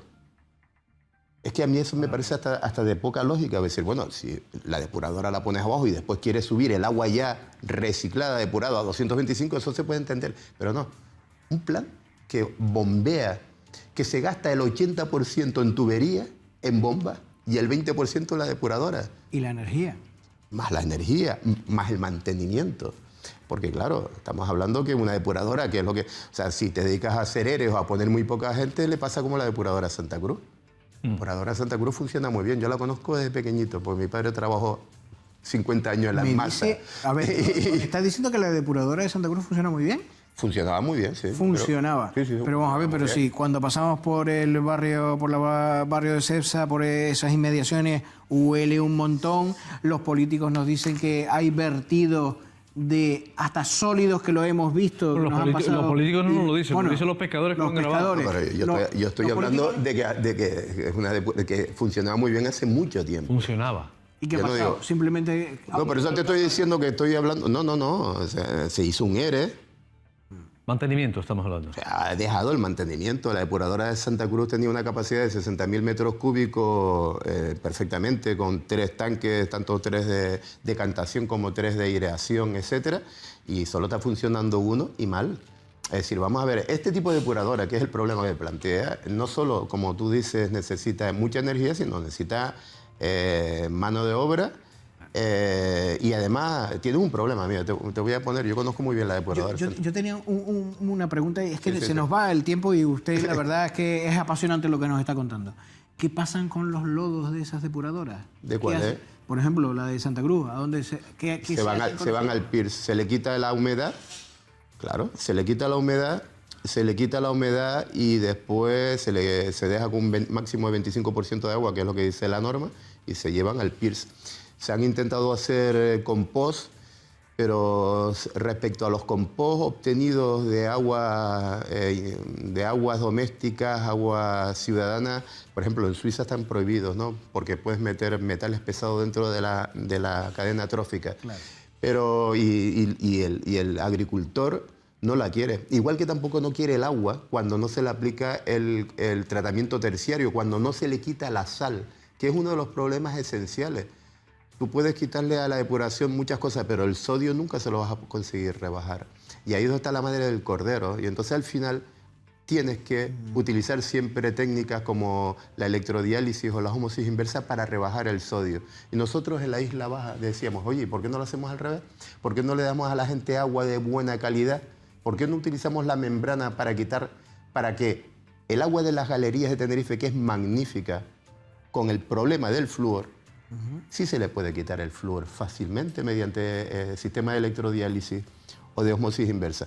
Claro, tienen una merma del 30% y por eso no se hace. Eso nos lo dijo el otro día el alcalde de Garachico. Dice, es que claro, ¿y quién paga? Nosotros tendríamos que pagar un 30% más caro por el agua de las galerías. Para que saliera en... Claro, para quitarle el fluoruro. Vale, déjeme... sí, que hay unos WhatsApp. Entonces, vamos a ver. Los métodos que está utilizando, por ejemplo, el gobierno de Canarias cuando ha habido estas crisis de las cianobacterias y demás, con barcos y demás, ¿no sirve para nada? Sirve para disimular. O sea, además lo que nosotros vemos son bloom de cianobacterias. Pero una bacteria en un día a 22 grados centígrados se transforma en 1 millón de bacterias. Tú puedes quitar los bloom. Los bloom, las cianobacterias se unen y dan lugar a unos hilitos, son las colonias, las quita, pero las cianobacterias están allí. Cuando se vuelven a cumplir las condiciones de temperatura por encima de 22 grados centígrados, suficiente fósforo, el hierro que siempre lo vamos a tener porque forma parte de nuestra isla, de nuestra geología, y sobre todo un factor que es la ultravioleta alta, y Tenerife hoy mismo tiene ultravioleta alta, nivel 5, estando en este mes. Entonces, la ultravioleta descompone el fósforo que está disuelto en los detergentes. Y entonces hay una serie de cuestiones que hacen que de repente aparezca en el bloom. Tú lo puedes retirar, pero al día siguiente lo vas a tener otra vez. Ya. ¿No habían comprado un barco para que no suceda que haya que cerrar playas, que recogían las microalgas y las utilizaba y todo? Ya hemos respondido sobre eso. Al final la química nos matará, el mar como está matando la vida. Al final la química nos matará o matará el mar como está matando la vida en tierra, cáncer y más cáncer. Buenas noches. En el mar no puede acabar la basura que están echando, sin depurar como el vídeo que envié ayer. No he visto ese vídeo, O les hacemos cambiar mentalidad o a los políticos cambiamos métodos o acabamos con la vida en la tierra, escribe esta persona de esta manera. Yo no como pescado, pero la educación de los tinerfeños ya en la isla la que más conozco deja mucho que desear. Entre poca mentalidad, la educación del todo vale. Y el egoísmo de los políticos nos han llevado a este estado. Y último mensaje, ¿y por qué no se hacen más depuradoras de esas? Entiendo que como las que hemos visto en Masca, que den ayudas para que proliferen en toda la isla. Hacía tiempo que yo no oía tantas mentiras juntas, dice alguien. No sé a quién se refiere con hacía tiempo que oía tantas mentiras juntas. Además lo escribe de una forma rara. Enhorabuena por arrojar la necesaria luz a tan preocupante asunto. Ojalá sirva para que nuestros responsables respondan. Claro, aquí hemos hablado, el jueves pasado hablamos de por qué no se hacen más depuradoras naturales. Se hacen depuradoras de ese tipo, se hacen depuradoras sostenibles, por llamarlos de una manera, como la señora Peraza, pero en núcleos pequeños. Y resuelven el problema de los núcleos pequeños. La cuestión era cómo escalamos eso. Pero hay núcleos pequeños aquí porque aquí se quiere, me refiero. Hay sitios, por ejemplo, la depuración de agua de ciudades como muchas ciudades de la India, bueno, la India es ejemplo, hombre, pero la India sí es un gran ejemplo para mí, con 1.000 millones de habitantes, ¿no? Hombre. Pues la India con Bombay tiene una depuradora, un humedal. El aeropuerto de Heathrow en Inglaterra, en Londres, es un humedal artificial. Si te vas al Tia Park en Berlín, es un humedal. Es decir, vamos a ver, el marco europeo del agua recomienda utilizar los humedales. Yo no estoy en contra de las otras depuradoras que costen, en absoluto, pero sí creo que es preferible utilizar la descentralización que la concentración. Y entonces eso es lo que planteo. Una otra depuradora bien gestionada, gastándote mucha energía, también funciona. Por eso antes dije yo que la depuradora Santa Cruz al principio funcionaba bien. Ya. Buenas noches. Quería preguntar qué relaciones profesionales existen entre los funcionarios insulares del Consejo Insular de Aguas y las empresas que gestionan los sistemas para que no se quiera generalizar el modelo de estas depuradoras. Y después de esta reflexión, lo que me pregunto yo, que hablan que países tercermundistas no tienen agua potable, nosotros aquí no tenemos tampoco agua potable. Hay algunos mensajes que yo no entiendo, pero bueno, los leo. Si algunos lo entienden, me los codifica o me los decodifica. Yo tengo que dejarle ya. Muchas gracias. Bueno, ya sabe el camino. Sí, sí. Leopoldo, nos vemos la semana que viene. Pues sí, sí. Porque llega Pepe Moreno con Políticamente Incorrecto. ¿Cuánto aprendemos con personas como el profesor, la verdad? Gracias, muy amable. Sí. Todavía tengo muchísimas dudas, como puede suponer. No por lo que usted dice, sino por el futuro que nos separan. Gracias. El futuro puede ser... El futuro...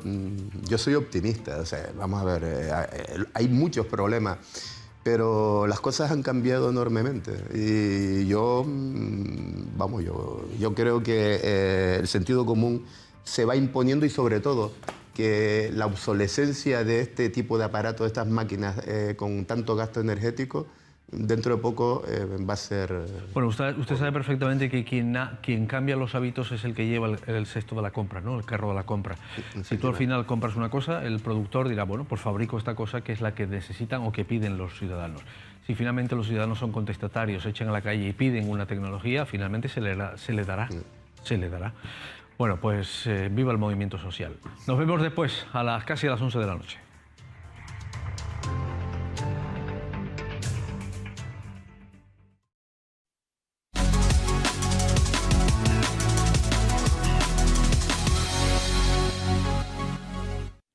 Pues aquí estamos en este jueves, como siempre, en este Políticamente Incorrecto de hoy con don Manuel Domínguez, presidente del Partido Popular en la isla de Tenerife y alcalde de Los Realejos, ya candidato al Parlamento. ¿Irá usted en la circunscripción electoral insular? Bueno, la verdad es que todavía no está definido. Quiero esperar a que el partido pues se pronuncie y de una vez pues sepamos si voy en esa circunscripción insular. Me imagino que sí, que va a ser esa la posición. Ya, pero bueno, yo no sé cómo están ahora las cosas. Fíjese, esto parecía que no podía dar más vueltas de la que ha dado y ahora está en el Cabildo la cosa bastante liada, casi ustedes ayudando ahí a estar ahora en un pacto para sostener a unos y a otros, en el Partido Popular, entre el Partido Socialista y Coalición Canaria, una gresca importante. ¿Qué opina usted de lo que está pasando en el Cabildo? Bueno, yo creo que no he ido mal encaminado desde un primer momento cuando hablé de un pacto, de un matrimonio de conveniencia. Allí en aquel entonces me criticaban, me decían que esto era una pataleta porque yo no estaba en el gobierno, etcétera, etcétera. Pero el tiempo, por desgracia, me ha dado la razón. El Partido Socialista, desde mi punto de vista, ha vivido arrodillado ante Coalición Canaria. Coalición Canaria ha hecho lo que le ha dado la gana. Bueno, si el otro se lo permite, es respetable. Pero ahora no vale esta pataleta y esta escenificación de una bronca pública. No tiene ningún sentido porque al final quienes salen perjudicados son los tinerfeños y ellos lo que están pretendiendo unos y otros es que el Partido Popular les coloque el salvavidas para que no caiga uno ni caiga el otro, ¿no? Ya, pero ¿y ustedes no van a hacer la muleta para la Coalición Canaria? Lo digo porque, mire, en el tema de la compra del edificio en Cabo Llanos para destinarlo al Instituto de Asistencia Sociosanitaria, ustedes han dicho un sí pero no. No quieren que sea ahora en estas circunstancias, sí quieren que sea a través de una especie de concurso público, pero bueno, al final para terminar en lo mismo, don Manuel. No, hemos dejado clara nuestra posición. De hecho, lo que se aprueba en el Pleno es una enmienda que plantea el Partido Popular. ¿Y qué es lo que planteamos? El Partido Socialista lo que quería es que se eliminase todo el expediente. No podemos llegar a esos términos cuando Tenerife tiene la necesidad de dependencia que tiene. Coalición Canaria quería que se siguiese manteniendo la posición de la compra de ese edificio, pero ahora a través de un concurso público. Eso es. Y nosotros no dijimos ni blanco ni negro, queremos un gris. Es decir, se mantiene el proceso, pero se elimina la opción de compra del edificio en cuestión. ¿De ese edificio? De ese edificio en cuestión. Y tenemos que abrir otras oportunidades, tenemos que abrir otros caminos en los cuales o bien se produzca la construcción de una nueva infraestructura o se utilice alguna otra. ¿Qué es lo que hemos dicho además? ¿Por qué usted no explora la posibilidad de alguna infraestructura pública? Llámese del Estado, de la comunidad autónoma, del Ayuntamiento de Santa Cruz. ¿Alguna opción estamos barajando? No quiero poner sobre la mesa todavía nombres y apellidos, quiero decir lugar concreto para no equivocarme, pero en cuanto atemos algún cabo, alguna propuesta vamos a poner, que pueda ser válida o no pueda ser válida. Pero es que dicen que no da tiempo a que se construya, don Manuel, porque ya se ha perdido más de 2 años en la búsqueda de un edificio, que este solo tenía que realizarse unas obras dentro, que no sé cuánto tiempo iban a ejercer esa obra, pero en cualquier caso que han perdido 2 años y no tienen ese edificio y que lo de Febles Campos no aguanta mucho más. Mire, si nosotros tomamos una foto fija de hace 4 años de la isla de Tenerife y esa misma foto la comparamos 4 años después, hoy vemos como a lo mejor el color ha mermado un poco por el paso del tiempo, pero la figura sigue siendo la misma. Me explico. En materia de dependencia vemos como Tenerife tiene una necesidad, una urgencia en este sentido. Y sin embargo, el Cabildo de Tenerife ha hecho las cosas al revés, absolutamente. Pero en este caso, tanto el Partido Socialista como Coalición Canaria, y me voy a explicar.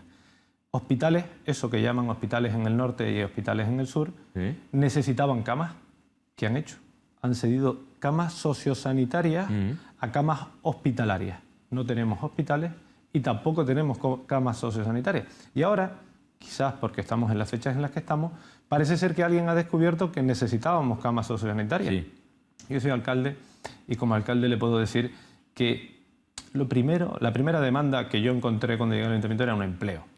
Hoy son 2 materias, vivienda y dependencia. Y por lo tanto nadie me puede decir a mí que esto es un problema que ha nacido en estos tiempos. Y es verdad, han perdido muchísimo tiempo, han perdido muchísimo dinero. Y bueno, nosotros lo que hemos dicho es, ahora que hay algo más de 20 y pico millones de euros, en torno a unos 29 millones de euros, utilicémoslo no en ese edificio, pero sí en algo que cumpla las condiciones necesarias. Insisto en que... ¿Pero por qué no a ese edificio? Bueno, porque ese edificio es un edificio de uso residencial y no tiene mucho sentido que ahora estemos utilizando una infraestructura como esa para después adaptarla, que es lo que se ha hecho con los hospitales. Han cogido camas sociosanitarias, las han pasado a camas hospitalarias. Yo de esto entiendo poco, pero el otro día escuchaba al compañero Antonio Arcó decir en una rueda de prensa cómo es posible que las camas sociosanitarias estén utilizándose en el hospitalario cuando esto no cumple ni siquiera con los servicios que se puedan prestar. Por lo tanto, pero aquí estamos hablando de un edificio nuevo que estaba vacío por dentro, que había que incluso hacerle esas habitaciones, que se le podía dotar de todo ese elemento, que incluso creo que tenían destinados 6 millones de euros, aparte de los 23 que costaba el edificio, 6 más para habilitar todo eso. Eso es lo que estoy hablando, que son en torno a 29 millones de euros. Yo creo que con 29 millones de euros y el tiempo que se ha perdido, se hubiese hecho algo a medida. Bueno, vamos a intentar, o vamos a pensar que ya no podemos esperar mucho más y por lo tanto hay que hacer algo que satisfaga la necesidad de nuestros vecinos y con urgencia. Bueno, yo creo que las administraciones en general, el Gobierno de Canarias en particular, tienen infraestructuras que con mucho menos dinero podemos atender esa necesidad de forma perentoria y lo que pueda restar, lo que pueda sobrar, destinarlo a un proyecto digno, un proyecto adecuado, un proyecto nuevo, un proyecto orientado a lo que se refiere. Pero esas palabras quedan muy bien, pero los viejos siguen estando ahí y hay que ponerlos en algún sitio y en Febles Campos parece que no tienen todas las condiciones. Es decir, aquí hay que actuar de alguna manera, no podemos seguir eternamente dándole vueltas a este asunto. Yo siempre he dicho, en los últimos tiempos he dicho que estaré muy atento a lo que digan los ciudadanos en estas próximas elecciones. ¿Por qué? Porque si en Tenerife vuelven a ganar los que están gobernando, querrá decir que no tenemos problemas en dependencia, que no tenemos problemas en carreteras, que no tenemos problemas en saneamiento, que no tenemos problemas en el transporte. Ya, lo que pasa, don Manuel, es que en todo eso que usted acaba de decir, efectivamente hay problemas. Tenemos problemas todos los días en las carreteras, tenemos problemas todos los días en asistencia sanitaria, tenemos problemas todos los días en la dependencia, en todo lo que usted ha nombrado. Pero ustedes pueden arreglar esto, porque ustedes estaban en el gobierno central y traían dinero para algunos convenios. Usted, el convenio de carretera se lo ha tenido que decir un tribunal de que no le podían detraer 200 millones de euros, y usted aquí más de una vez me ha explicado que es que no había dinero para todo. Pero además le voy a decir más. Yo hoy celebro que el Partido Popular no haya transferido ese dinero al gobierno de Canarias. ¿Por qué?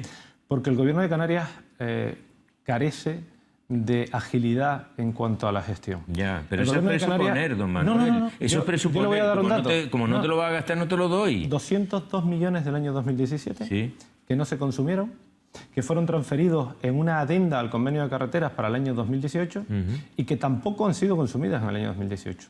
Un proyecto como el del cierre del anillo insular, ese que tanto ha dado que hablar, fíjese usted que don Álvaro Dávila, alcalde de Tacoronte hoy en día, era en aquel entonces viceconsejero del gobierno de Canarias cuando se redacta, creo que fue en el año 99 o 2009, no recuerdo, 2000, ¿no? Y en ese momento se redacta ese proyecto, ahí lo han guardado y nadie ha hecho nada.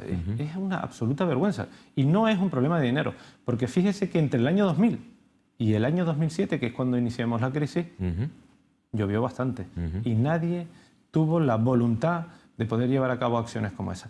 Luego han sucedido hechos concretos. Yo le acabo de hablar de la adenda, pero podríamos hablar de las transferencias que se han hecho en materia de depuración de agua, etcétera, donde de igual forma nos encontramos con una situación pero donde sí, el Estado... en el tiempo en el que ustedes han estado en el gobierno central, entre el 2011, don Manuel, y el 2018, hasta junio del 2018, han estado nada más que con recorte. En los últimos tiempos es cuando abrieron la mano porque le hacían falta los votos de Coalición Canaria, pero de ahí para atrás...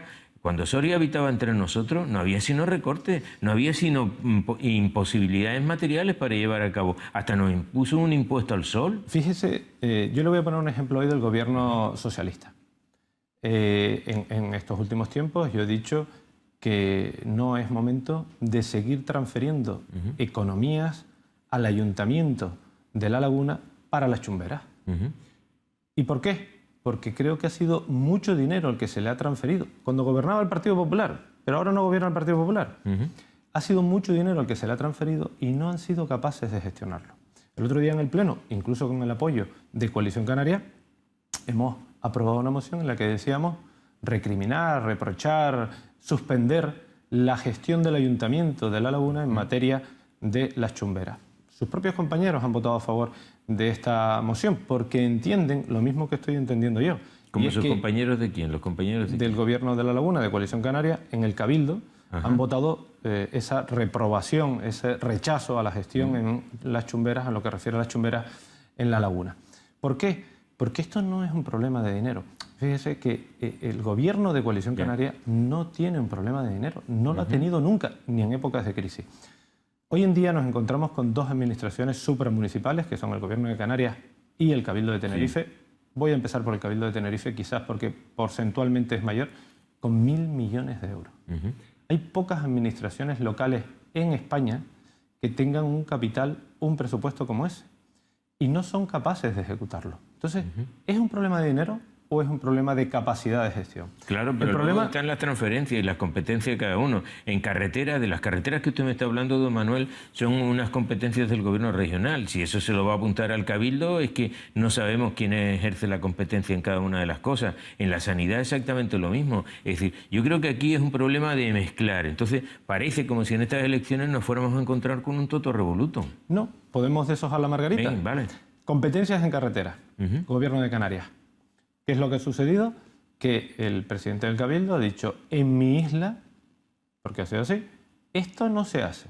Lo que usted me ha planteado como Gobierno de Canarias no lo va a hacer. Bien. Que era el bypass famoso a la altura de los rodeos. Sí, de los rodeos. Y hay que hacer un carril busvado. En esa pelea se metieron al menos 2 años. Por lo tanto, en aquel entonces era consejera la señora Ornella Chacón. Y ella pues tenía la disputa con el presidente del Cabildo y el presidente del Cabildo con ella también estaba José Luis Delgado por medio como director, etc. Por lo tanto, competencia del Gobierno de Canarias, pero freno absoluto por parte del Cabildo. Sí. En materia de dependencia, ¿de quién es la competencia? Del Cabildo de Tenerife. ¿Qué ha hecho el Cabildo de Tenerife? Como el ruido, como el escándalo era más hacia los hospitales, dijeron, vamos a taparle la boca a todos estos que están protestando, especialmente en el sur, y vamos a ceder camas sociosanitarias hacia el hospitalario. Error. Y yo lo dije en su momento, tiramos de la hemeroteca. Error. Lo que teníamos que haber hecho era mantener las camas sociosanitarias y exigirle al gobierno, que es el competente en materia hospitalaria, a llevar a cabo esto. Pero como quieren estar en todo, entorpecen las competencias de otros y no ejecutan las suyas. Bueno, pero lo que le cedieron ahí fue un edificio para que todo eso fuera más adelantado y cedieron además una serie de terrenos en el lugar para que el Hospital del Sur fuera un hospital antes que un centro sociosanitario. Pero no tenemos ni claro, porque no lo han terminado. Pero es que no tenemos ni el centro ni tenemos el hospital. Ya. Por lo tanto, yo pero creo cuando lo inauguren, ¿qué dicen? Esto es como el empresario que tiene varias empresas y tiene pérdidas aquí, beneficios allí, y utiliza los beneficios de aquí para cubrir las pérdidas de aquí, y al final no tiene ni esta empresa ni la otra. Por lo tanto, yo en este sentido creo que ha pasado eso. Ha habido un grave error de gestión y aquí es un claro ejemplo que no es materia económica. En materia de transporte público, ¿quién tiene la competencia? El Cabildo de Tenerife. A mí me gustaría que ustedes como medio de comunicación hicieran una entrevista, una encuesta a pie de calle a los usuarios del norte de Tenerife para que sepa qué es lo que está pasando. Es una vergüenza. No, si eso lo oímos todos los días, Manuel, y nosotros lo hemos dicho aquí porque nos pasó antes en el sur también. Claro. La primera remodelación lo hicieron en el sur y ahora la han hecho en el norte. Pero usted sabe lo que me contesta el director en materia de transporte en el Cabildo. De movilidad, el señor Becerra. Me ha dicho, no se preocupe, esto es cuestión de tiempo, se irán adaptando. No se irán adaptando. Es lo mismo que dijo el presidente cuando dijo los tinerfeños están resignados a las colas. No están resignados, ni se irán adaptando. Hay que tomar medidas y hay que plantear soluciones a esos problemas. Entonces, a mí cuando aparece esa pataleta... ¿Pero cuál es su solución a eso, por ejemplo? ¿A lo del transporte? Sí. Primero es hacer un análisis profundo de la movilidad en Tenerife. Mire, cuando hablamos de movilidad... Pero el análisis no puede llevar esto todo el tiempo. No, es decir, estar analizando permanentemente y debatiendo. Y en las carreteras, por ejemplo, ¿usted qué haría para eliminar las colas que hay en la autopista del norte? No hay un plan de movilidad. ¿Sabe por qué no lo hay? Porque en las enmiendas que presentamos al presupuesto del año 2019, y hoy es día 31 de enero, por cierto, el cumpleaños de mi hija, aquí aprovecho para felicitarla. Felicidades desde aquí. Ha dejado usted el cumpleaños de su hija para venir a la entrevista, pero bueno, lo compartiremos luego con ella. Quiero decir que en esta materia nos hemos encontrado con que nosotros presentamos una enmienda a los presupuestos para que se dotara económicamente la redacción de un plan de movilidad en la isla de Tenerife. No es de recibo que en el año 2019 se vaya a empezar con la redacción del plan de movilidad, porque lo que han hecho son planes de movilidad sectoriales. Eso no sirve. Tenemos que ver la isla desde arriba como vista de águila y analizar todo en su conjunto, transporte público y carretera. Y poder conjugar las dos acciones para que primero tengamos un transporte público que satisfaga las necesidades de nuestros vecinos y acabe de una vez por todas con ese gran número de vehículos en las carreteras. Pero, por ejemplo, ¿usted cómo acabaría con las colas en la autopista del norte? Bueno, yo insisto, iba a decir he prohibido, no puede ser.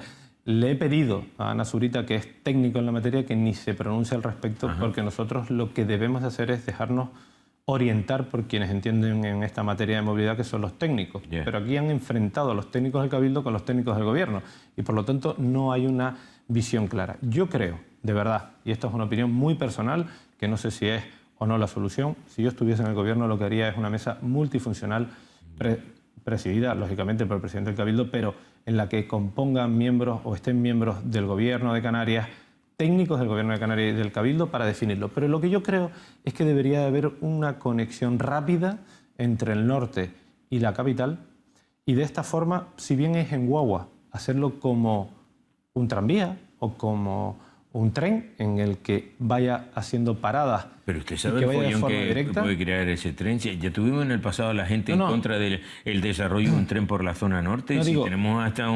Tuvimos hasta un comité que recogió firmas. No, digo que la guagua podría actuar como un tren.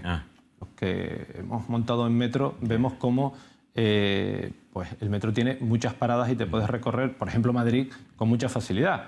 Pero luego está el dinero. Pero ¿Dónde va a sacar el dinero para eso? No es para hacer hacer dinero.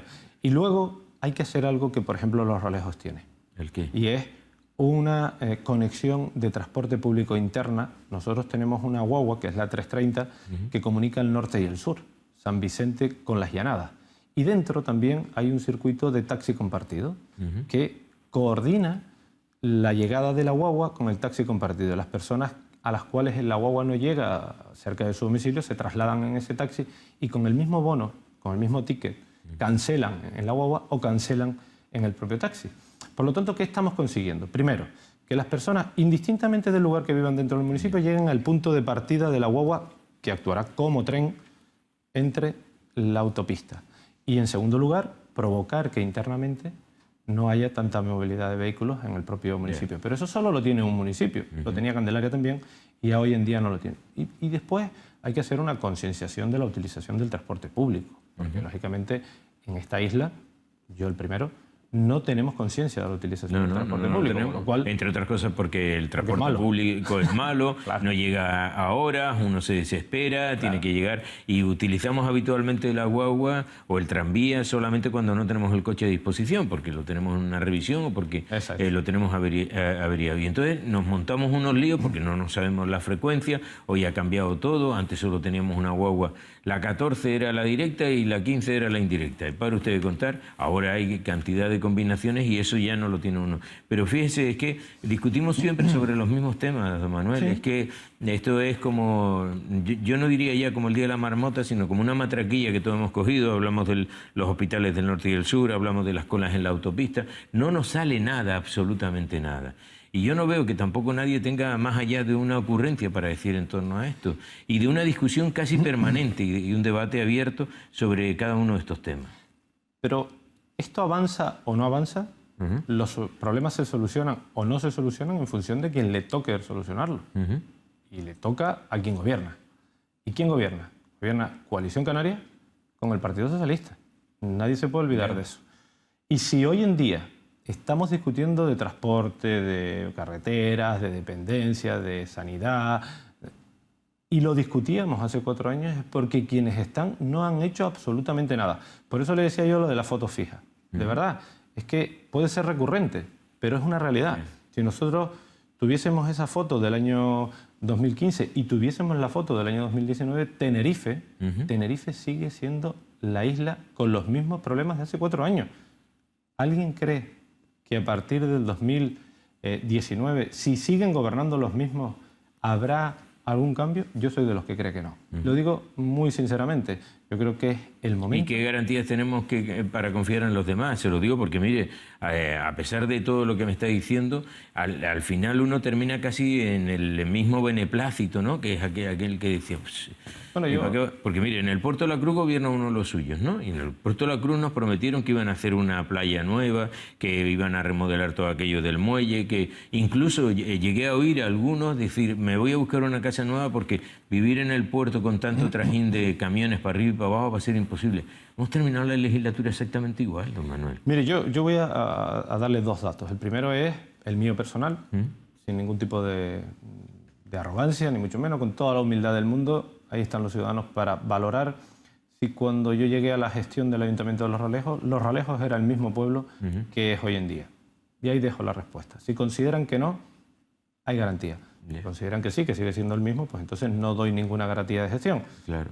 A mí en los últimos años la respuesta ha sido que sí ha habido cambio y me han dado un respaldo. Claro, pero usted no se presenta para ningún cargo ejecutivo, se presenta para el legislativo. Pero bueno, yo soy el presidente del Partido Popular en la isla y me sonrío porque me viene ahora al recuerdo esa crítica del presidente del Cabildo cuando decía que no voy a los plenos del Cabildo. Y yo le decía, ¿sinceramente cree usted que el grupo del Partido Popular toma la decisión que le da la gana, unilateralmente, sin consultar y sin que aquí haya una posición desde mi punto de vista?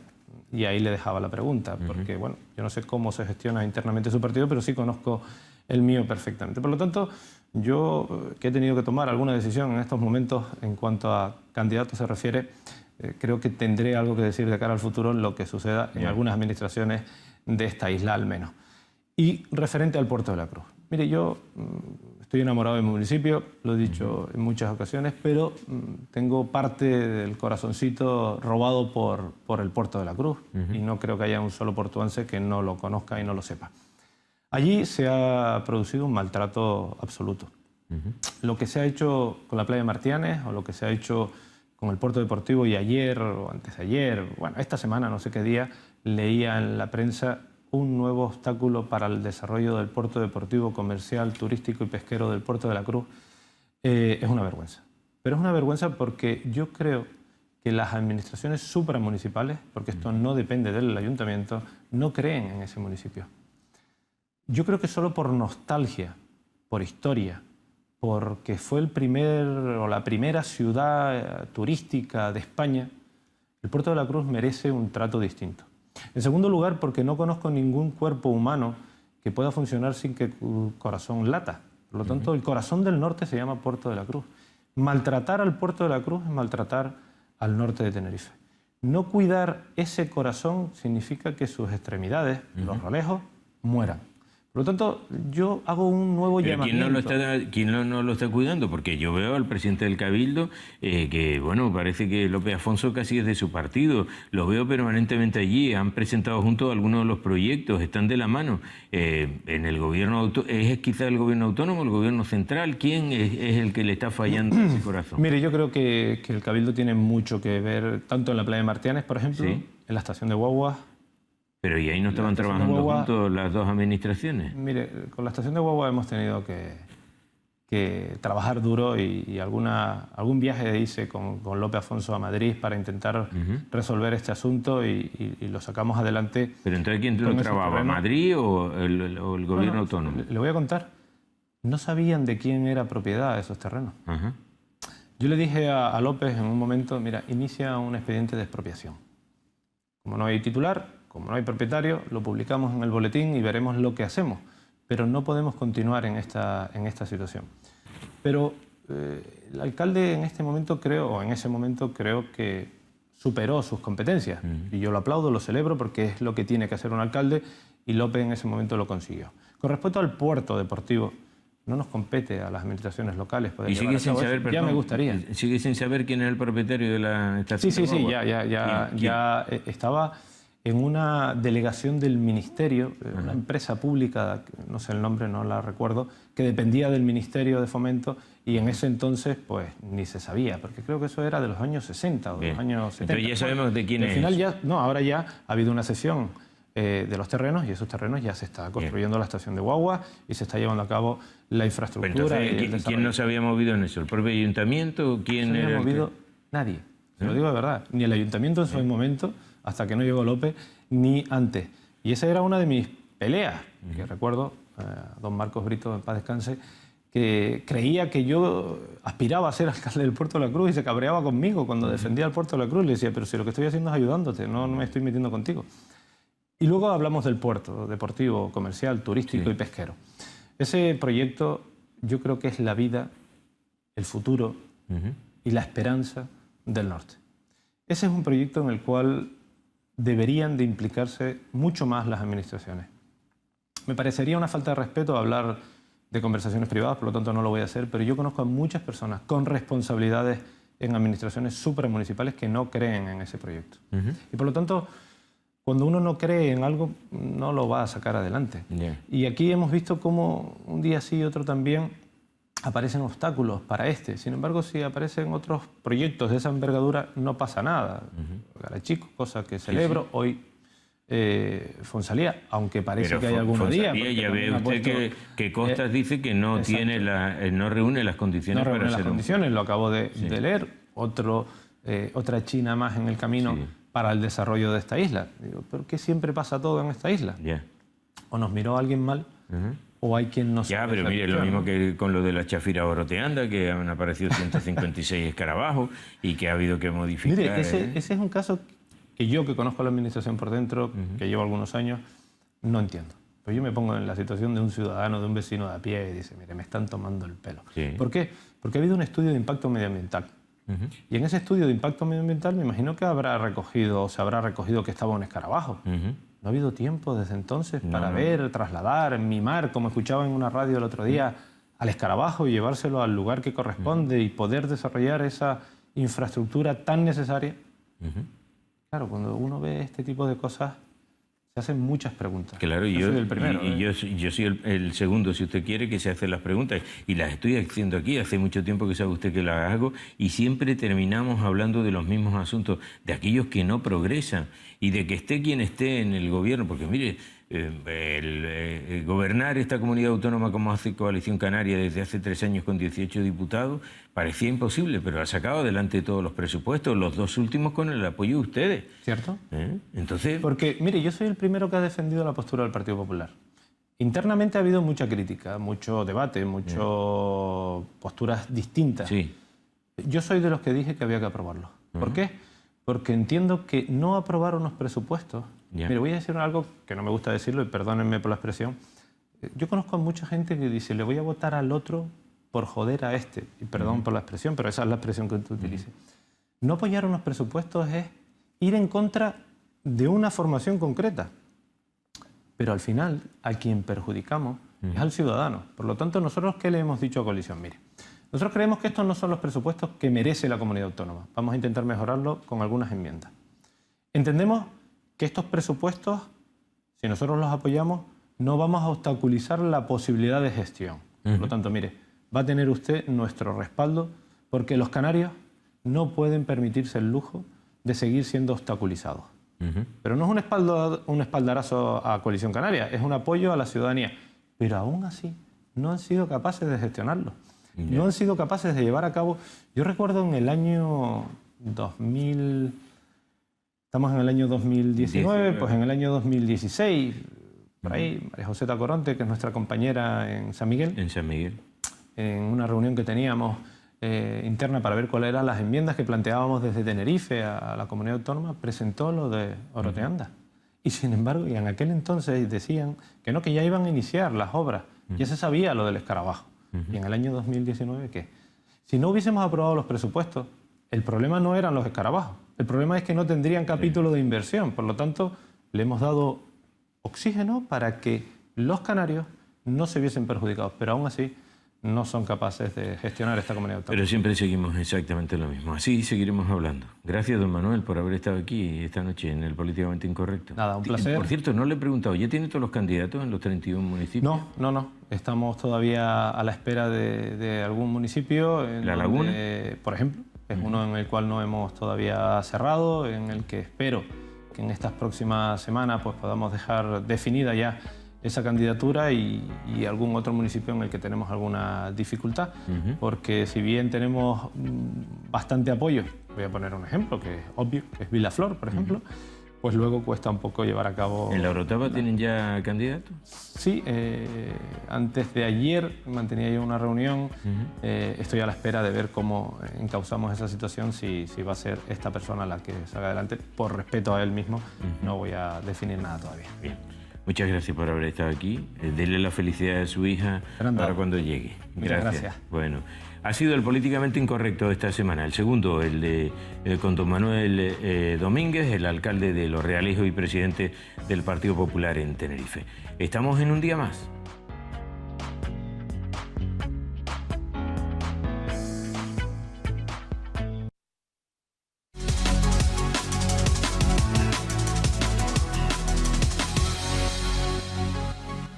Pues antes del tiempo, con Vanessa Luz Rebelo, que es la que se encarga de despedir el programa y la semana, va la primera del periódico El Día. Es esta. Pueden ver ustedes en caracteres en la fotografía, porque la gran fotografía con la que amanecerá mañana el periódico El Día. Las palas abren camino en las chafiras. Las máquinas iniciaron ayer el desmonte, en este caso hoy, para la obra del nuevo enlace Chafiras-Oroteanda. El gran titular escogido por la redacción del periódico El Día ha sido: la Eurocámara reconoce a Guaidó y reclama a la Unión Europea y a los 28 que también lo hagan. El opositor venezolano denuncia intimidaciones a su familia. Experiencia dramática de los periodistas, concretamente de 3 periodistas que ya están libres de la agencia EFE y han conseguido la acreditación para trabajar en Venezuela. El Cabildo de Tenerife avala al presidente interino y pide elecciones, en este caso en relación a Guaidó. En economía, Canarias es líder en apartamentos, pese a perder 222.000 turistas. Ya en cultura, danza, Tristán y Isolda vuelan libre en el auditorio. Música, Samantha Martín, ritmo americano en el Leal. Y literatura, Entre primeras personas, obra de Juan Cruz. En sanidad, en sumario, unos 220 médicos de la provincia ejercen sin especialidad. En sucesos, interceptadas hasta 97 kilos de hachís en puntos de la isla de Tenerife. Y en deportes, en jornada deportiva, el Club Deportivo de Tenerife, el lateral Isma López llega a la isla y Joao rescinde su contrato. En Copa del Rey, Valencia, Barcelona, Betis y Real Madrid en las semifinales. Esta es la oferta de mañana del periódico El Día. Y el tiempo, con Vanessa Luz Ravelo. Hasta el lunes. Endesa patrocina este espacio. Buenas noches, comenzamos el mes de febrero con algo más de lluvias en el norte y un frente que ya el sábado va a regar prácticamente toda la isla. Y atentos porque la Agencia Estatal de Meteorología adelanta avisos costeros en Canarias nivel amarillo para la jornada del sábado. Vamos con la predicción meteorológica. Para mañana viernes esperamos, según la predicción de la Agencia Estatal de Meteorología, un día con intervalos nubosos en el norte, aumentando a nubosos por la tarde, cuando se esperan lluvias débiles. En el resto, poco nuboso, despejado. Las temperaturas con pocos cambios o máximas en ligero ascenso. Y ya para la jornada del sábado se esperan las islas de mayor relieve con precipitaciones débiles durante la primera mitad del día y que se irán generalizando según pase el día. Y para el domingo, predominio de cielos nubosos en el norte de las islas de mayor relieve, donde no se descartan precipitaciones débiles ocasionales durante la primera mitad del día. En el resto se espera un día poco nuboso o despejado y las temperaturas sin cambios. Nada más, regresamos el próximo lunes con toda la información meteorológica a este espacio de Un Día Más. Que pasen ustedes un buen fin de semana. Endesa patrocina este espacio.